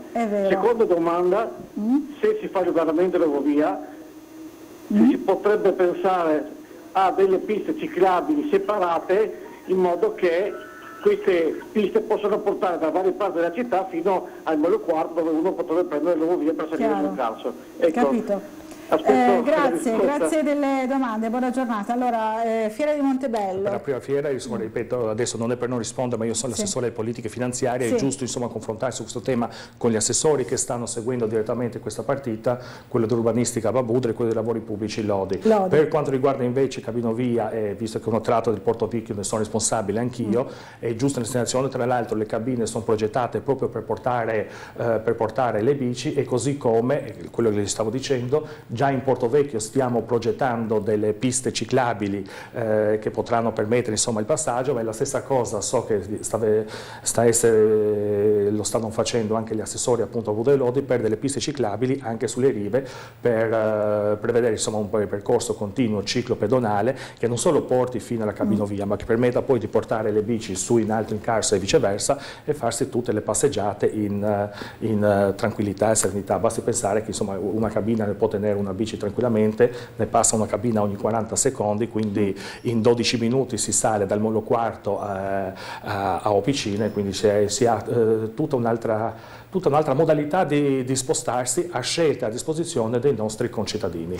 Ci potrebbe quindi essere questa integrazione già pensata, no? Già pensata, ripeto, quando faremo questa passeggiata in Porto Vecchio vedete anche come stanno prendendo forma le piste ciclabili. Benissimo, allora abbiamo già preso l'appuntamento praticamente con l'assessore Bertoli, magari forse vorrà essere della partita sicuramente anche il sindaco di piazza. Appunto, per questo concordiamo insieme, facciamo una bella passeggiata in Porto la prossima settimana, a vedere appunto una delle prossime come pezzo dopo pezzo, dopo mese, prendono colpo insomma questi tasselli di un puzzle, torno a dire, estremamente complicato, che se qualcuno l'avesse visto con gli occhi di 3-4 anni fa non ci crederebbe, ma la vera scommessa è quello che vedremo alla fine verso il 2026, quella è la vera scommessa personale per questa amministrazione, ma anche per la nostra città, che non possiamo e che non dobbiamo mancare. Sta cambiando tanto insomma all'interno della Porto Vecchio, poi ci sarà proprio l'integrazione di questa parte importante con il resto della città, e mira a questo un pochino, no? il progetto. Allora grazie all'assessore Bertoli per essere stato con noi, torni a trovarci anche in collegamento, come abbiamo detto, insomma abbiamo già preso l'appuntamento per questa passeggiata in Porto Vecchio, buon lavoro e buona giornata a lei. Grazie. E grazie a tutti voi che ci avete seguito, e Sveglia Trieste torna domani puntuale alle 7 del mattino. Grazie e buona giornata a tutti. Buona giornata a tutti.